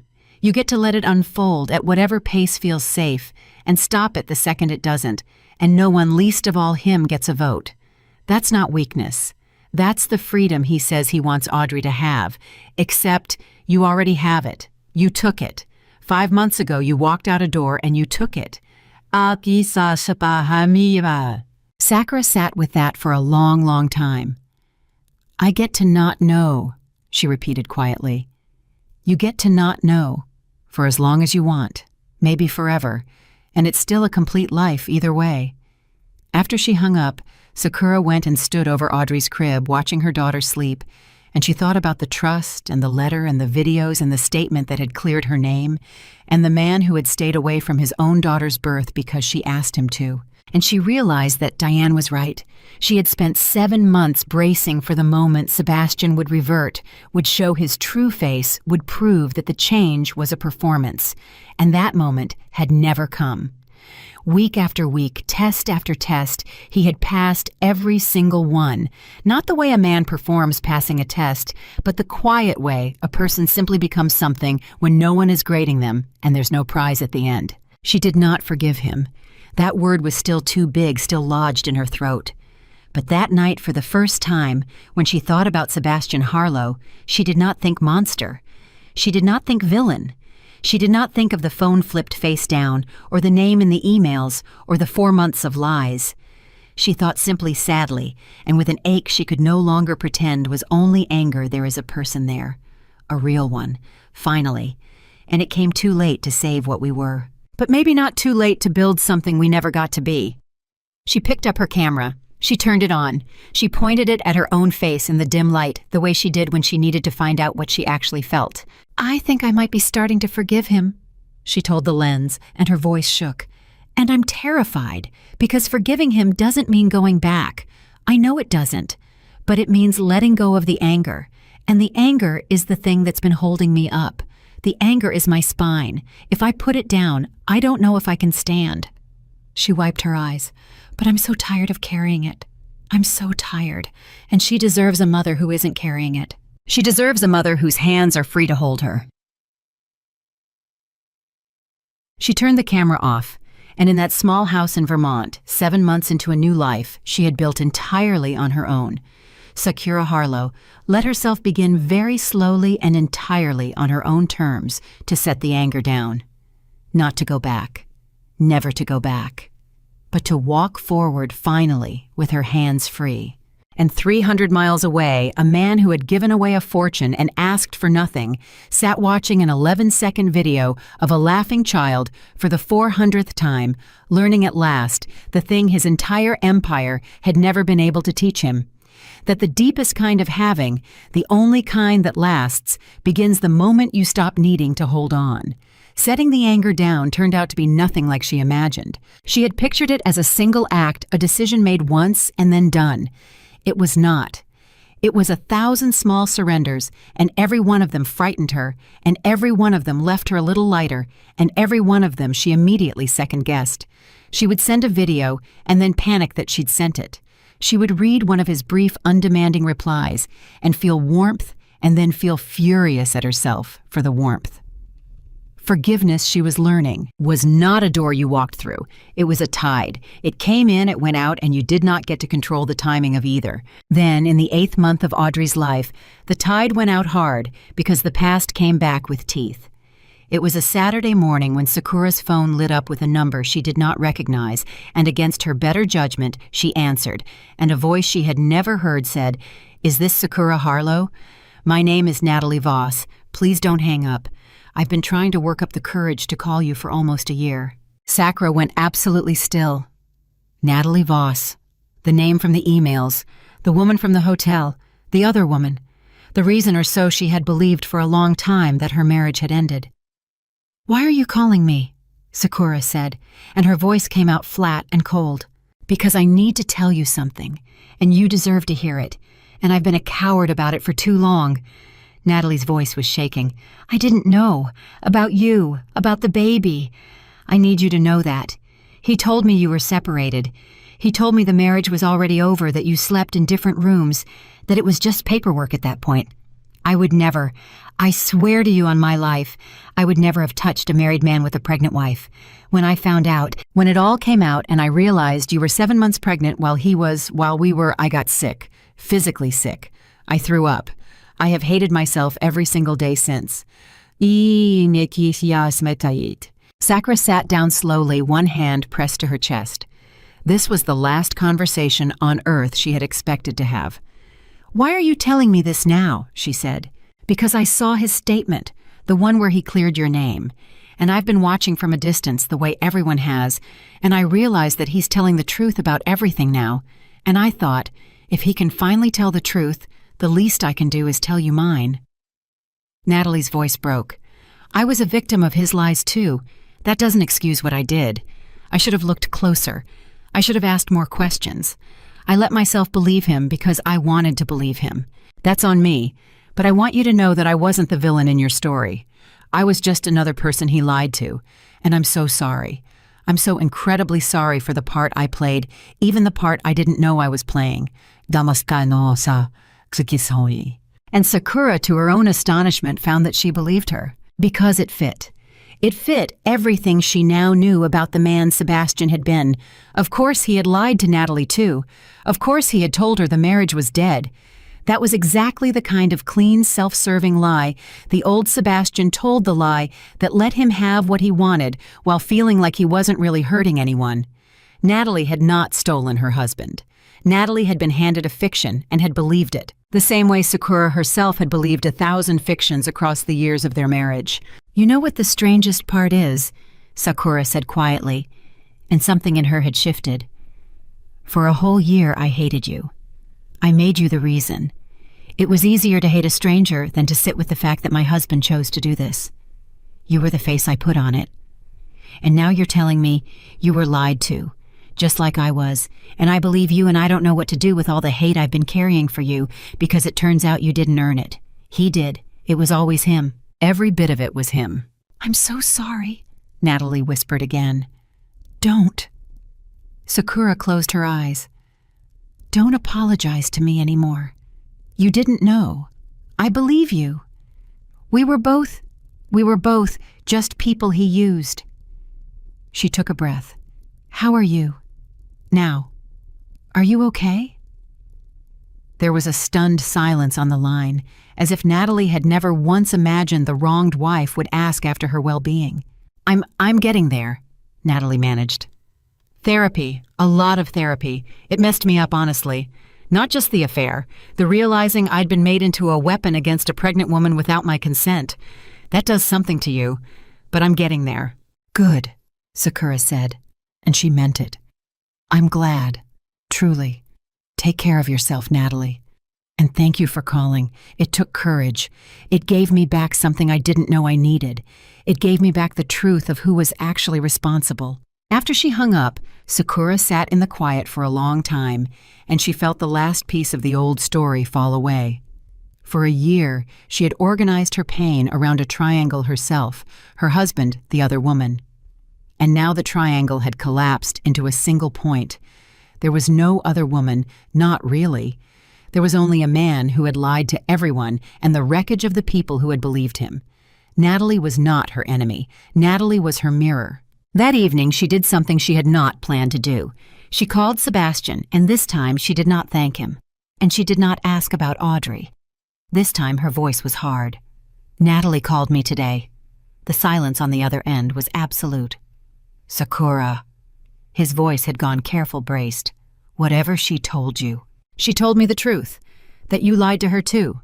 That you told her our marriage was already over. That you told her we slept in separate rooms and it was just paperwork." Sakura's voice climbed. "You made that poor woman into the other woman without her even knowing it. You looked her in the eye and you invented a dead marriage so you could have what you wanted and feel like a good man doing it. Do you understand how sick that is, Sebastian? You didn't just betray me, you used her. You manufactured her consent with a lie. She's in therapy. She threw up when she found out about the baby. You did that to her on top of everything you did to me." Sebastian did not defend himself. He did not deflect. There was a long, ragged breath on the line, and then he said, "You're right. Every word of it. I did exactly that. I told her the marriage was over because it was easier than admitting what I actually was, which was a man cheating on his pregnant wife. I made her complicit in something she never agreed to. It's one of the worst things I've ever done, and I've done a lot of terrible things, and that one using her that way, I think about it more than almost any of the others."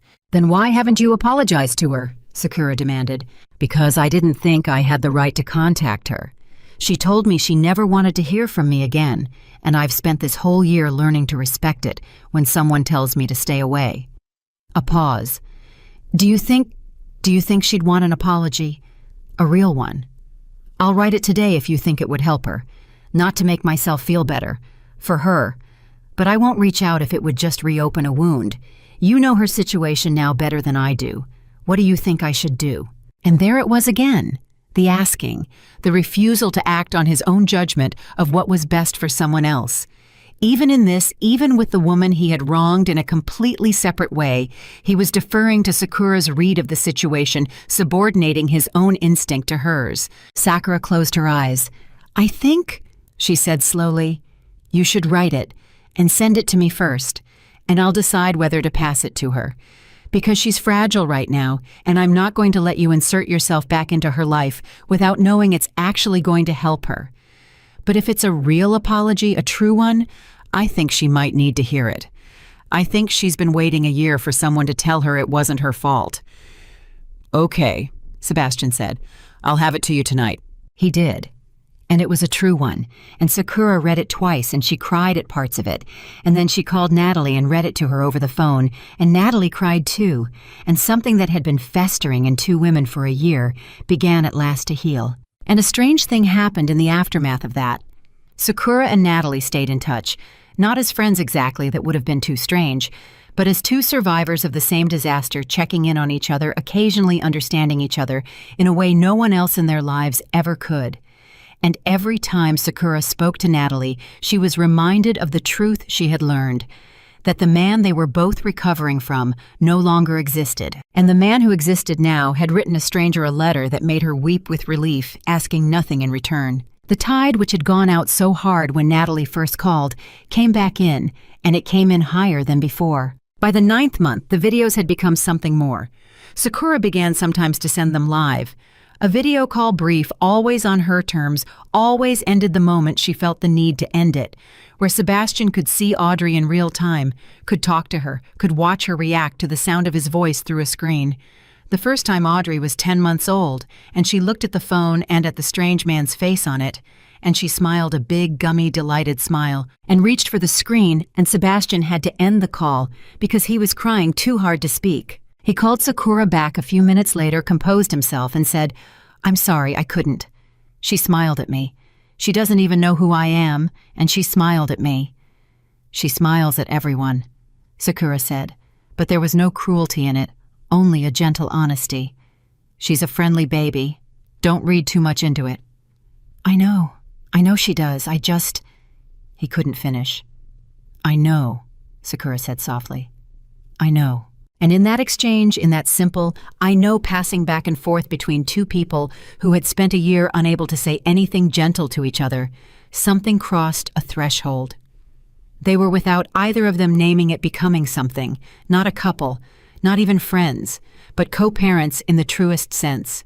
Two people bound forever by a laughing, opinionated child, learning to be kind to each other for her sake, and discovering to their mutual surprise that the kindness was becoming real. Then came the day that changed everything.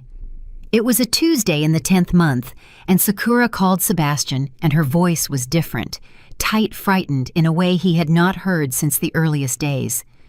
Sebastian, I need to ask you something, and I need you to not make it weird, and I need you to say no if the answer is no. Anything. What is it? What's wrong? Audrey's sick. Her voice trembled. She's had a fever for 2 days and it won't come down, and the pediatrician wants to admit her to the hospital just to be safe. They think it's probably just a bad virus, but her fever spiked and they want to monitor her. And Sebastian, I'm terrified, and I'm here alone, and Margaret's out of the country, and I don't have anyone, and I keep thinking she's your daughter too, and you have a right to know, and maybe I don't want to be alone in this. Sebastian was already standing, already reaching for his keys. Where are you? What hospital? It's in Vermont. I can be there in 3 hours, 2.5 if I fly. Sakura, tell me the hospital and I'm on my way, and if you change your mind, if you get halfway through and you don't want me there, you tell me and I'll turn around. I'll wait in the parking lot. I'll drive home, whatever you need. But if you want someone there, I'm someone. Let me be someone. Sakura was crying. I want you here, she whispered, and it cost her something to say it, and it gave her something too. I don't know what that means. I don't want to figure out what it means right now. My baby's sick and I'm scared and I want her father here. That's all it is right now. That's all I can handle it being. That's all it needs to be, Sebastian said. I'm coming. Text me the hospital. I'm coming right now. He flew. And 2.5 hours later, Sebastian Harlow walked into a hospital in Vermont and saw for the first time in his life his daughter in the flesh, small and flushed with fever, in a crib in a pediatric ward, and his wife exhausted and frightened standing beside her. And he did not rush to the crib. He did not make it about himself. He walked to Sakura first, and he stopped a careful arm's length away, and he said quietly, "Tell me what she needs. Tell me what you need. I'm here to help however you'll let me.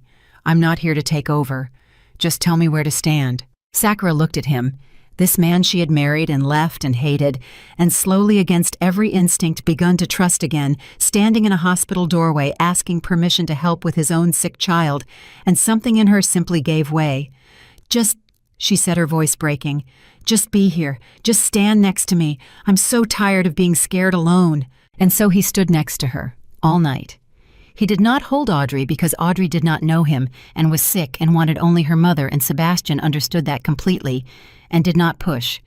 He simply stood beside Sakura through the long hours, and he got her coffee she didn't ask for and food she wouldn't eat, and when she finally near dawn sat down in the hard hospital chair and fell asleep from pure exhaustion. He took off his coat and laid it over her, and he sat awake watching over both of them, mother and daughter, the two people he had lost, and was somehow impossibly being allowed back near. Around 4 a.m, the fever broke. A nurse came and checked and smiled and said the worst was over, that Audrey would be fine, that it had just been a nasty virus, and she'd be back to her loud, opinionated self in a day or two. And Sakura woke to the good news and to the sight of Sebastian's coat over her, and Sebastian himself sitting awake in the dark, keeping watch, and she looked at him for a long moment in the gray early light. "You stayed awake all night," she said. "Somebody had to watch over you too," he said simply. "I wanted it to be me, for once. I wanted to be the one who stayed."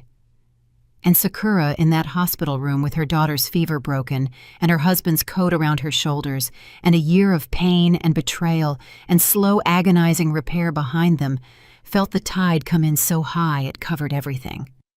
"I forgive you," she said. The words came out before she had decided to say them, and once they were out, she knew they were true, and she watched them land on him like something physical. Sebastian went very still. "Sakura, you don't have to. I'm not saying it for you." Her voice was steady now, certain. "I'm saying it because I've been carrying it for a year, and I'm done. I'm putting it down. Not because you earned it, though. Maybe you did. I don't even know anymore. I'm putting it down because I want my hands free.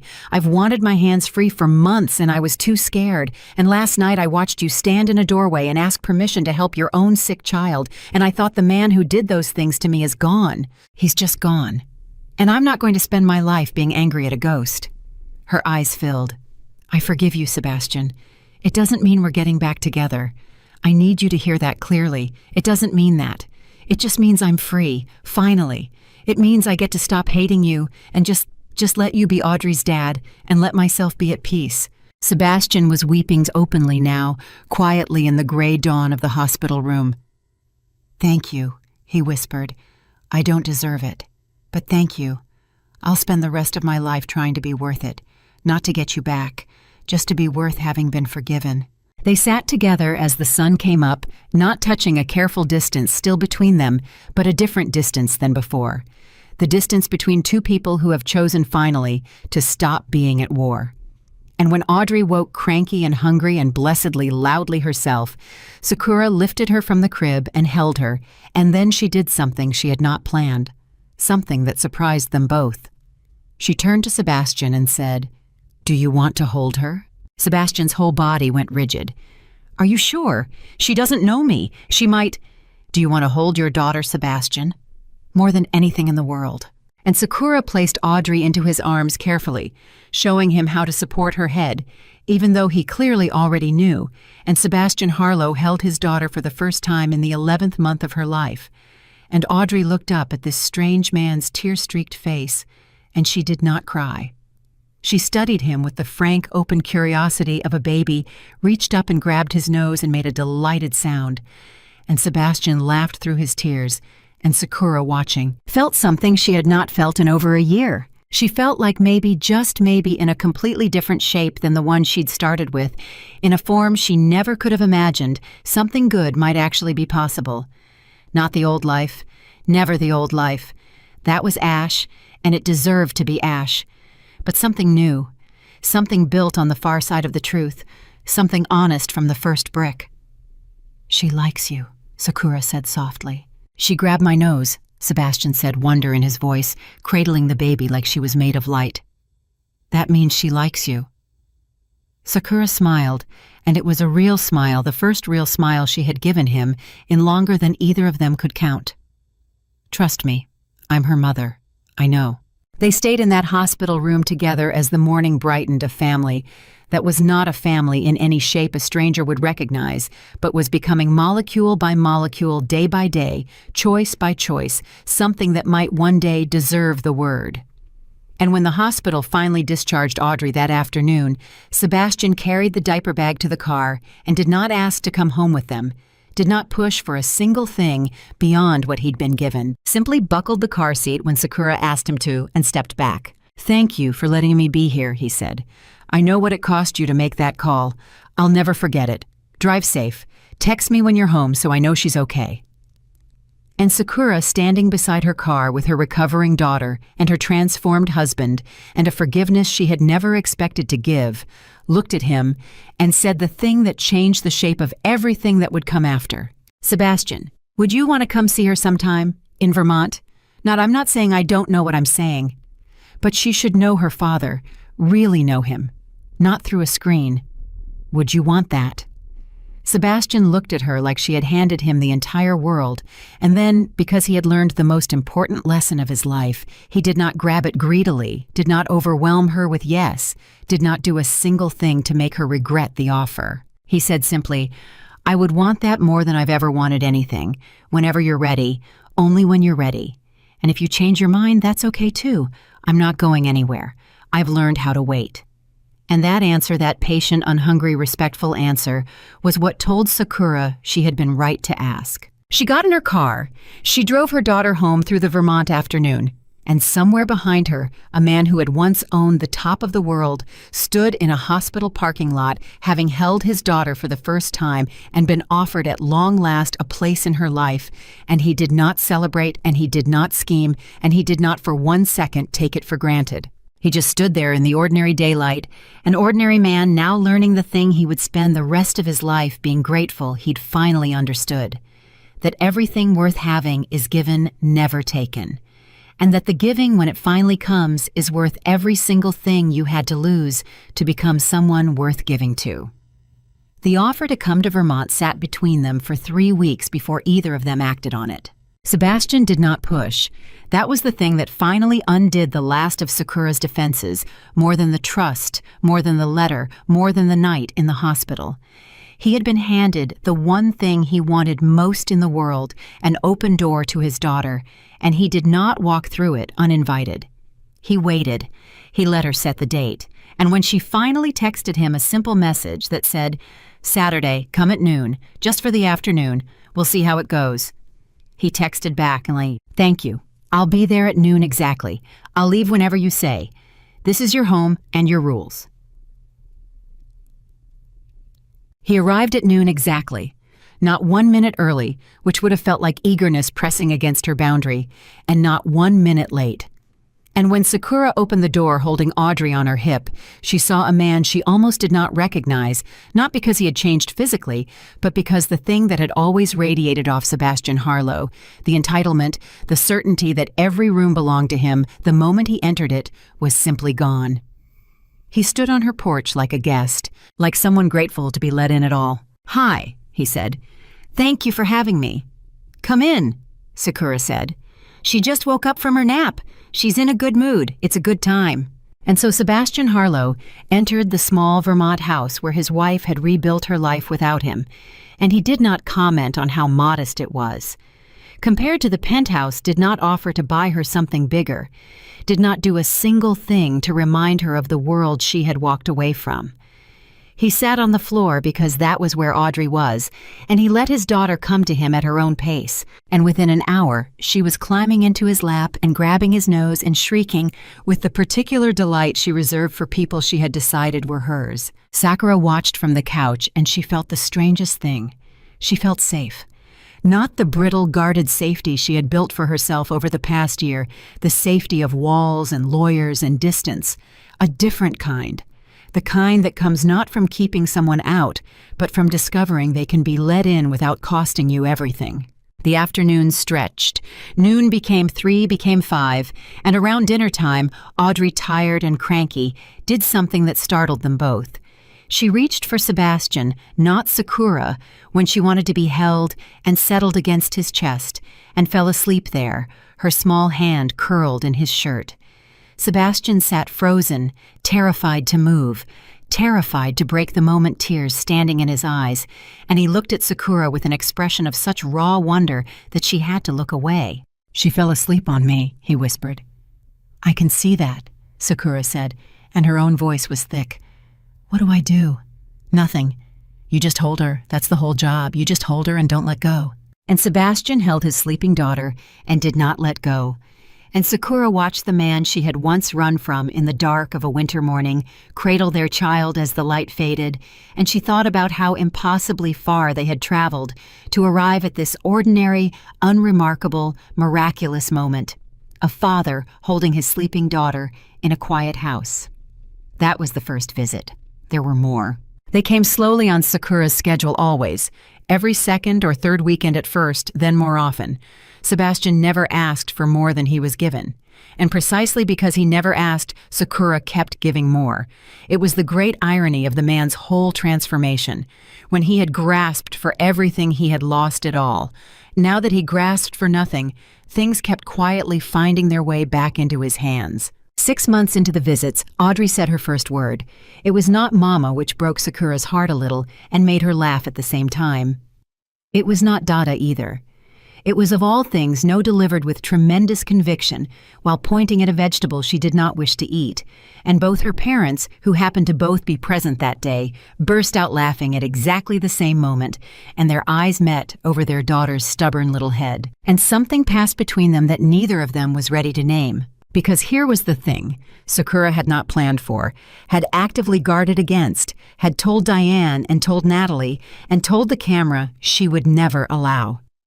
Spending time with this new version of Sebastian, this patient, humbled, honest man, was slowly, dangerously making her remember why she had married him in the first place. Not the billionaire, the man underneath, the one who noticed things, the one who, when he was truly present, made you feel like the most seen person in the world. That man had been buried for years under ambition and entitlement and lies, and now excavated by loss, he was back, and he was better than he had ever been because he had finally learned the one thing that had always been missing: humility. She was terrified of what she was feeling, so she did what she always did when she was terrified of a feeling. She called Diane. "I think I'm in trouble," Sakura said. "What kind of trouble?" "The kind where I look at my ex-husband holding our daughter, and I feel things I promised myself I would never feel again." Diane was quiet for a moment. "Ah," she said, "that kind." "Tell me I'm being an idiot, Diane. Tell me I'm walking straight back into the trap. Tell me this is exactly what the abused wife does. She starts to soften. She starts to make excuses. She starts to think it'll be different this time, and it never is. It's never different, and I'm about to throw away everything I built." "I could tell you that," Diane said slowly. "It would even be the responsible thing to tell you statistically, but I'm not going to because it wouldn't be true in your case, and I don't lie to my clients even when the lie would be safer." She paused. "Sakura, I've watched this man for almost 2 years now. I've been waiting the entire time for him to slip, for the mask to crack, for the moment he uses Audrey as leverage or violates a boundary, or reveals that the whole transformation was a long game to get you back. And it hasn't happened. Not once. Not in 2 years. Do you understand how rare that is? Men who fake change slip inside 6 months. They can't sustain it because it isn't real. It's a performance, and performances exhaust the performer. He's not performing. Nobody keeps that up for 2 years with no payoff. He genuinely became someone else. So what do I do? I can't tell you that, but I can tell you what you're actually afraid of if you want to hear it. Tell me. You're not afraid he hasn't changed. Deep down, you know he has. You're afraid that if you let yourself love the man he is now, it means the pain you went through was somehow worth it. And you don't want it to have been worth it because that feels like letting him off the hook for the damage. You want the story to stay clean. He hurt you, you left, you won the end. And now the story's gotten complicated because the villain became a good man. And if you love the good man, what does that make the whole tragedy you survived? That's what you're afraid of, not him. The meaning of your own suffering. Ai saika saiti. Sakura was silent for a long time. How do you know that? Because I've watched a lot of these, and because I was you once a very long time ago, and I chose the clean story over the complicated truth, and I've wondered ever since if I chose wrong. Diane's voice softened. I'm not telling you to go back to him, Sakura. I'm telling you that you're allowed to, if it's real, and only you can know if it's real. But don't refuse it just to protect the shape of a story. Your life isn't a story, it's a life. And it's allowed to be as complicated and surprising and undeserved as it wants to be. Sakura did not go back to him, not then. But she stopped fighting the feeling, and she let herself watch, and she let herself see, and month by month, the evidence kept accumulating in the same direction. She saw him show up for a stomach flu at 2 a.m. without complaint. She saw him sit through a toddler's tantrum with a patience the old Sebastian could never have summoned for anyone. She saw him defer to her on every decision about Audrey, never once pulling rank, never once mentioning the fortune he'd put in trust as though it bought him a vote. She saw him one afternoon quietly tell a business associate on the phone that he couldn't take a call because he was with his daughter, and hang up. And she realized the man who had once missed the birth of that daughter because of who he was had become a man who would move the world to be present for her nap. And then one evening, about 2 years after she had walked out of the penthouse in the dark, Sebastian said something that changed everything. They were sitting on her porch after Audrey had gone to sleep, the way they sometimes did now, in the comfortable quiet of two people who had learned to be at peace with each other. And Sebastian said out of nowhere, I want to tell you something, and I don't want you to react to it. I don't want it to change anything. I just need to say it once, and then I'll never bring it up again unless you do. Okay, Sakura said carefully. I'm not going to ask you to take me back. Sakura blinked. Of everything he might have said, that was not what she expected. I've thought about it, he continued. Of course I've thought about it. I think about it every time I leave this house and drive back to a city that feels empty now. But I'm not going to ask, and I want you to know why, so you never have to wonder. So it's never a thing hanging in the air between us that you have to manage. He took a breath. I'm not going to ask because asking would put the burden on you. It would make you the one who has to say no over and over and feel guilty about it and manage my disappointment. And I've spent enough of your life making you manage my feelings. I'm done doing that, so I'm taking it off the table. Permanently. Not because I don't want it, because I love you enough to not make my wanting your problem anymore. You never have to worry about me pining or hoping or waiting for an opening. There's no opening. I closed it myself. On purpose. So you can just be free. So we can just be Audrey's parents, and you never have to feel a single ounce of pressure ever again. Sakura stared at him, and then to her own complete astonishment, she started to laugh, and then the laugh turned into tears, and Sebastian looked alarmed, and she held up a hand to stop him from speaking. You beautiful, impossible idiot, she said, wiping her eyes. Do you understand what you just did? You just took the last thing off the table. The pressure, the wanting, the waiting. The thing I've been terrified of this whole time, the fear that you were secretly angling to get me back, that every kind thing was a move in a long game. You just handed it all to me and said, here it's gone, you're free. And do you know what that did? What? Sebastian said, bewildered. It made you safe. Her voice broke. It made you the only completely safe man I know. Because you're the only one who ever wanted me and then loved me enough to stop needing me to want you back. She laughed again through the tears. You giant fool. The one thing that could ever have made me consider it was you promising you'd never ask. And you just did it. You just did the one thing. Sebastian went very still. Sakura, I don't want you to feel like... Stop talking, she said. Stop being noble for 1 second and let me think. And she thought. She thought about 2 years of evidence.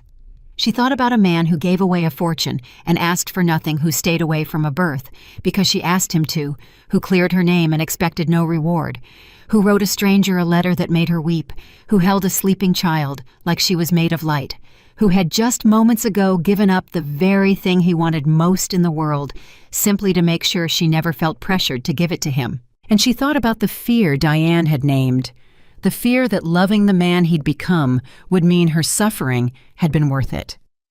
And she realized, sitting on that porch in the dark, that she had it exactly backwards. Loving him now didn't make the suffering worth it. Nothing could make the suffering worth it. The suffering was just suffering, unearned and undeserved, and it would always be that.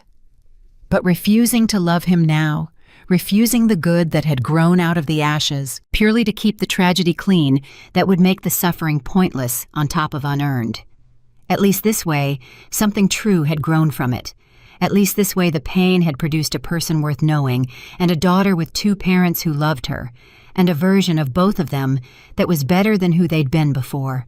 "I'm not saying yes," Sakura said finally. "I didn't ask anything," Sebastian said gently. "I know, that's the point. You didn't ask, so I'm going to. I'm going to ask you something, and I need you to understand that if you're lying to me, if this is a game, if any part of the last 2 years was a performance, it will destroy me in a way I won't survive, and I need you to understand that before you answer." "I understand.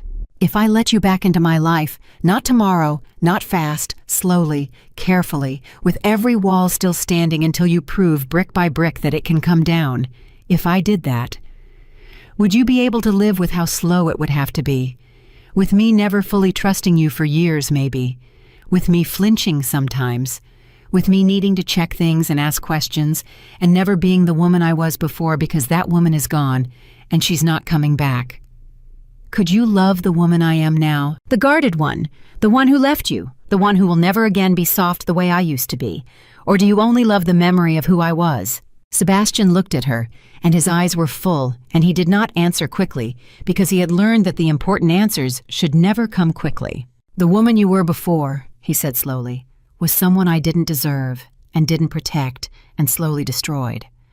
I loved her. But I loved her carelessly, the way you love something you assume will always be there. The woman you are now." His voice broke. "The woman who saw exactly who I was and had the strength to walk out into the dark alone, 7 months pregnant, and build a whole life from nothing, and raise our daughter into the happiest child I've ever seen, and still find it in herself to forgive me. That woman isn't a lesser version of who you were. She's the strongest person I've ever met in my life. I don't want the memory, Sakura. The memory was a girl. You're a force of nature. I would rather have one guarded, careful, flinching year with who you are now than a lifetime with who you were before. Because who you were before didn't know what she was worth. And who you are now will never let anyone, including me, forget it again." Sakura sat in the dark and cried. And this time she did not try to stop it, and she did not look away from him. "Slowly," she said. "Slowly," he agreed. "Every wall stays up until you earn it down. I'll spend the rest of my life earning them, and if some of them never come down, I'll love you from the other side of them. I mean that. Partial is enough. Anything is enough. I learned a long time ago that everything worth having is given, not taken. I'm not going to take a single thing from you ever again. I'm just going to be here being worth giving to for as long as you let me." And so it began, the slowest, most careful, most honest rebuilding two broken people ever attempted. It did not happen fast because Sakura would not let it, and because Sebastian never once tried to make it. It happened over years. The visits became weekends, became eventually a small apartment Sebastian rented in the same Vermont town, so he could be close, so Audrey could have him near, so the rebuilding could happen at the pace of real life instead of the pace of longing. He left the city. He left the penthouse. He left the world where his name meant power, and he moved to a small town in Vermont to be a father, and slowly, carefully, over years, to earn his way back into the trust of the woman he had broken. Audrey grew. She was 3, then 4, then 5, and she grew up in the most unusual and most fortunate of circumstances, a child of divorce who somehow had 2 parents who loved her fiercely and more loved each other, but who took their time about it, who built something new instead of resurrecting something dead. She never knew the version of her father who had missed her birth. She only knew the man who moved to Vermont for her, who never missed a single thing again, who told her every single day that the 2 best things he had ever done in his life were becoming her father, and learning too late, but not too late, how to be worthy of her mother. Margaret came often and became the grandmother she had asked to be on Sakura's terms, always on Sakura's terms, and she lived long enough to see her son become a man she was proud of again, and she told Sakura once near the end of her life, "You didn't just save him. You saved all of us. You held up a mirror and made every one of us look. I go out of this world grateful to you, grateful and amazed." Natalie moved on and healed and eventually fell in love with a good and honest man, and she sent Sakura a note on the day of her wedding that said only, "Thank you for being kind to me when you had every reason not to be. It taught me that the wronged aren't required to become cruel. You changed my whole life with one phone call where you asked how I was doing. I'll never forget it." And Marcus Deal faded into irrelevance. His tell-all dead, his career diminished, and Sebastian never pursued him, never punished him, because Sebastian had finally fully understood that the man he most needed to defeat had never been Marcus or the board or the press or anyone else. The man he needed to defeat had been himself, and that was a battle he won, not with money or power, but with 2 years of quiet, unrewarded, unwitnessed choosing to be better. And then on an ordinary Tuesday, 4 years after the night she had walked out of the penthouse into the dark, Sakura Harlow stood in the kitchen of a small house in Vermont and watched Sebastian teach their daughter how to crack an egg without getting shell in the bowl, both of them laughing, both of them covered in flour, and she felt her heart do the thing she had spent 4 years being afraid it would do. It opened. All the way, the last wall came down, not because he tore it down, because she chose to let it fall. "Sebastian," she said. He looked up, flour on his face, their daughter on a stool beside him. "Yeah." "The walls are down," she said. "All of them. I've been checking for 2 years and you never once tried to climb them, so I'm just going to take them down myself. They're down." Sebastian went completely still. Audrey, sensing something in the air, looked between her parents with wide, curious eyes. "Sakura," he said carefully, "are you sure? Because I meant what I said. Partial was always enough. You don't have to." "I know I don't have to." She crossed the kitchen and stood in front of him, closer than she had stood in 4 years, close enough to feel the warmth of him. "That's exactly why I can. Because you never needed me to. Because you loved me enough to be happy with the pieces. And a man who's happy with the pieces is the only man I'd ever trust with the whole thing." Her voice broke. "I love you. Not the memory. You. The man who moved to Vermont. The man who never asked. The man standing in my kitchen covered in flour teaching our daughter to crack an egg. I love that man. I've loved him for a long time and I was too scared to say it, and I'm done being scared. I love you, Sebastian. Come home, not to the city. There's no home there. Come home here, to us."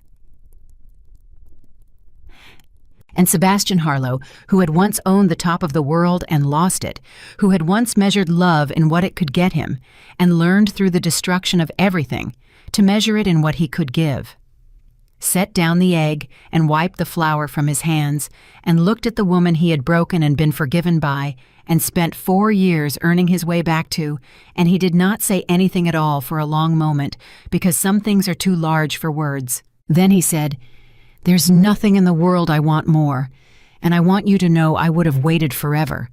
I would have loved you from the other side of every wall for the rest of my life and counted myself lucky.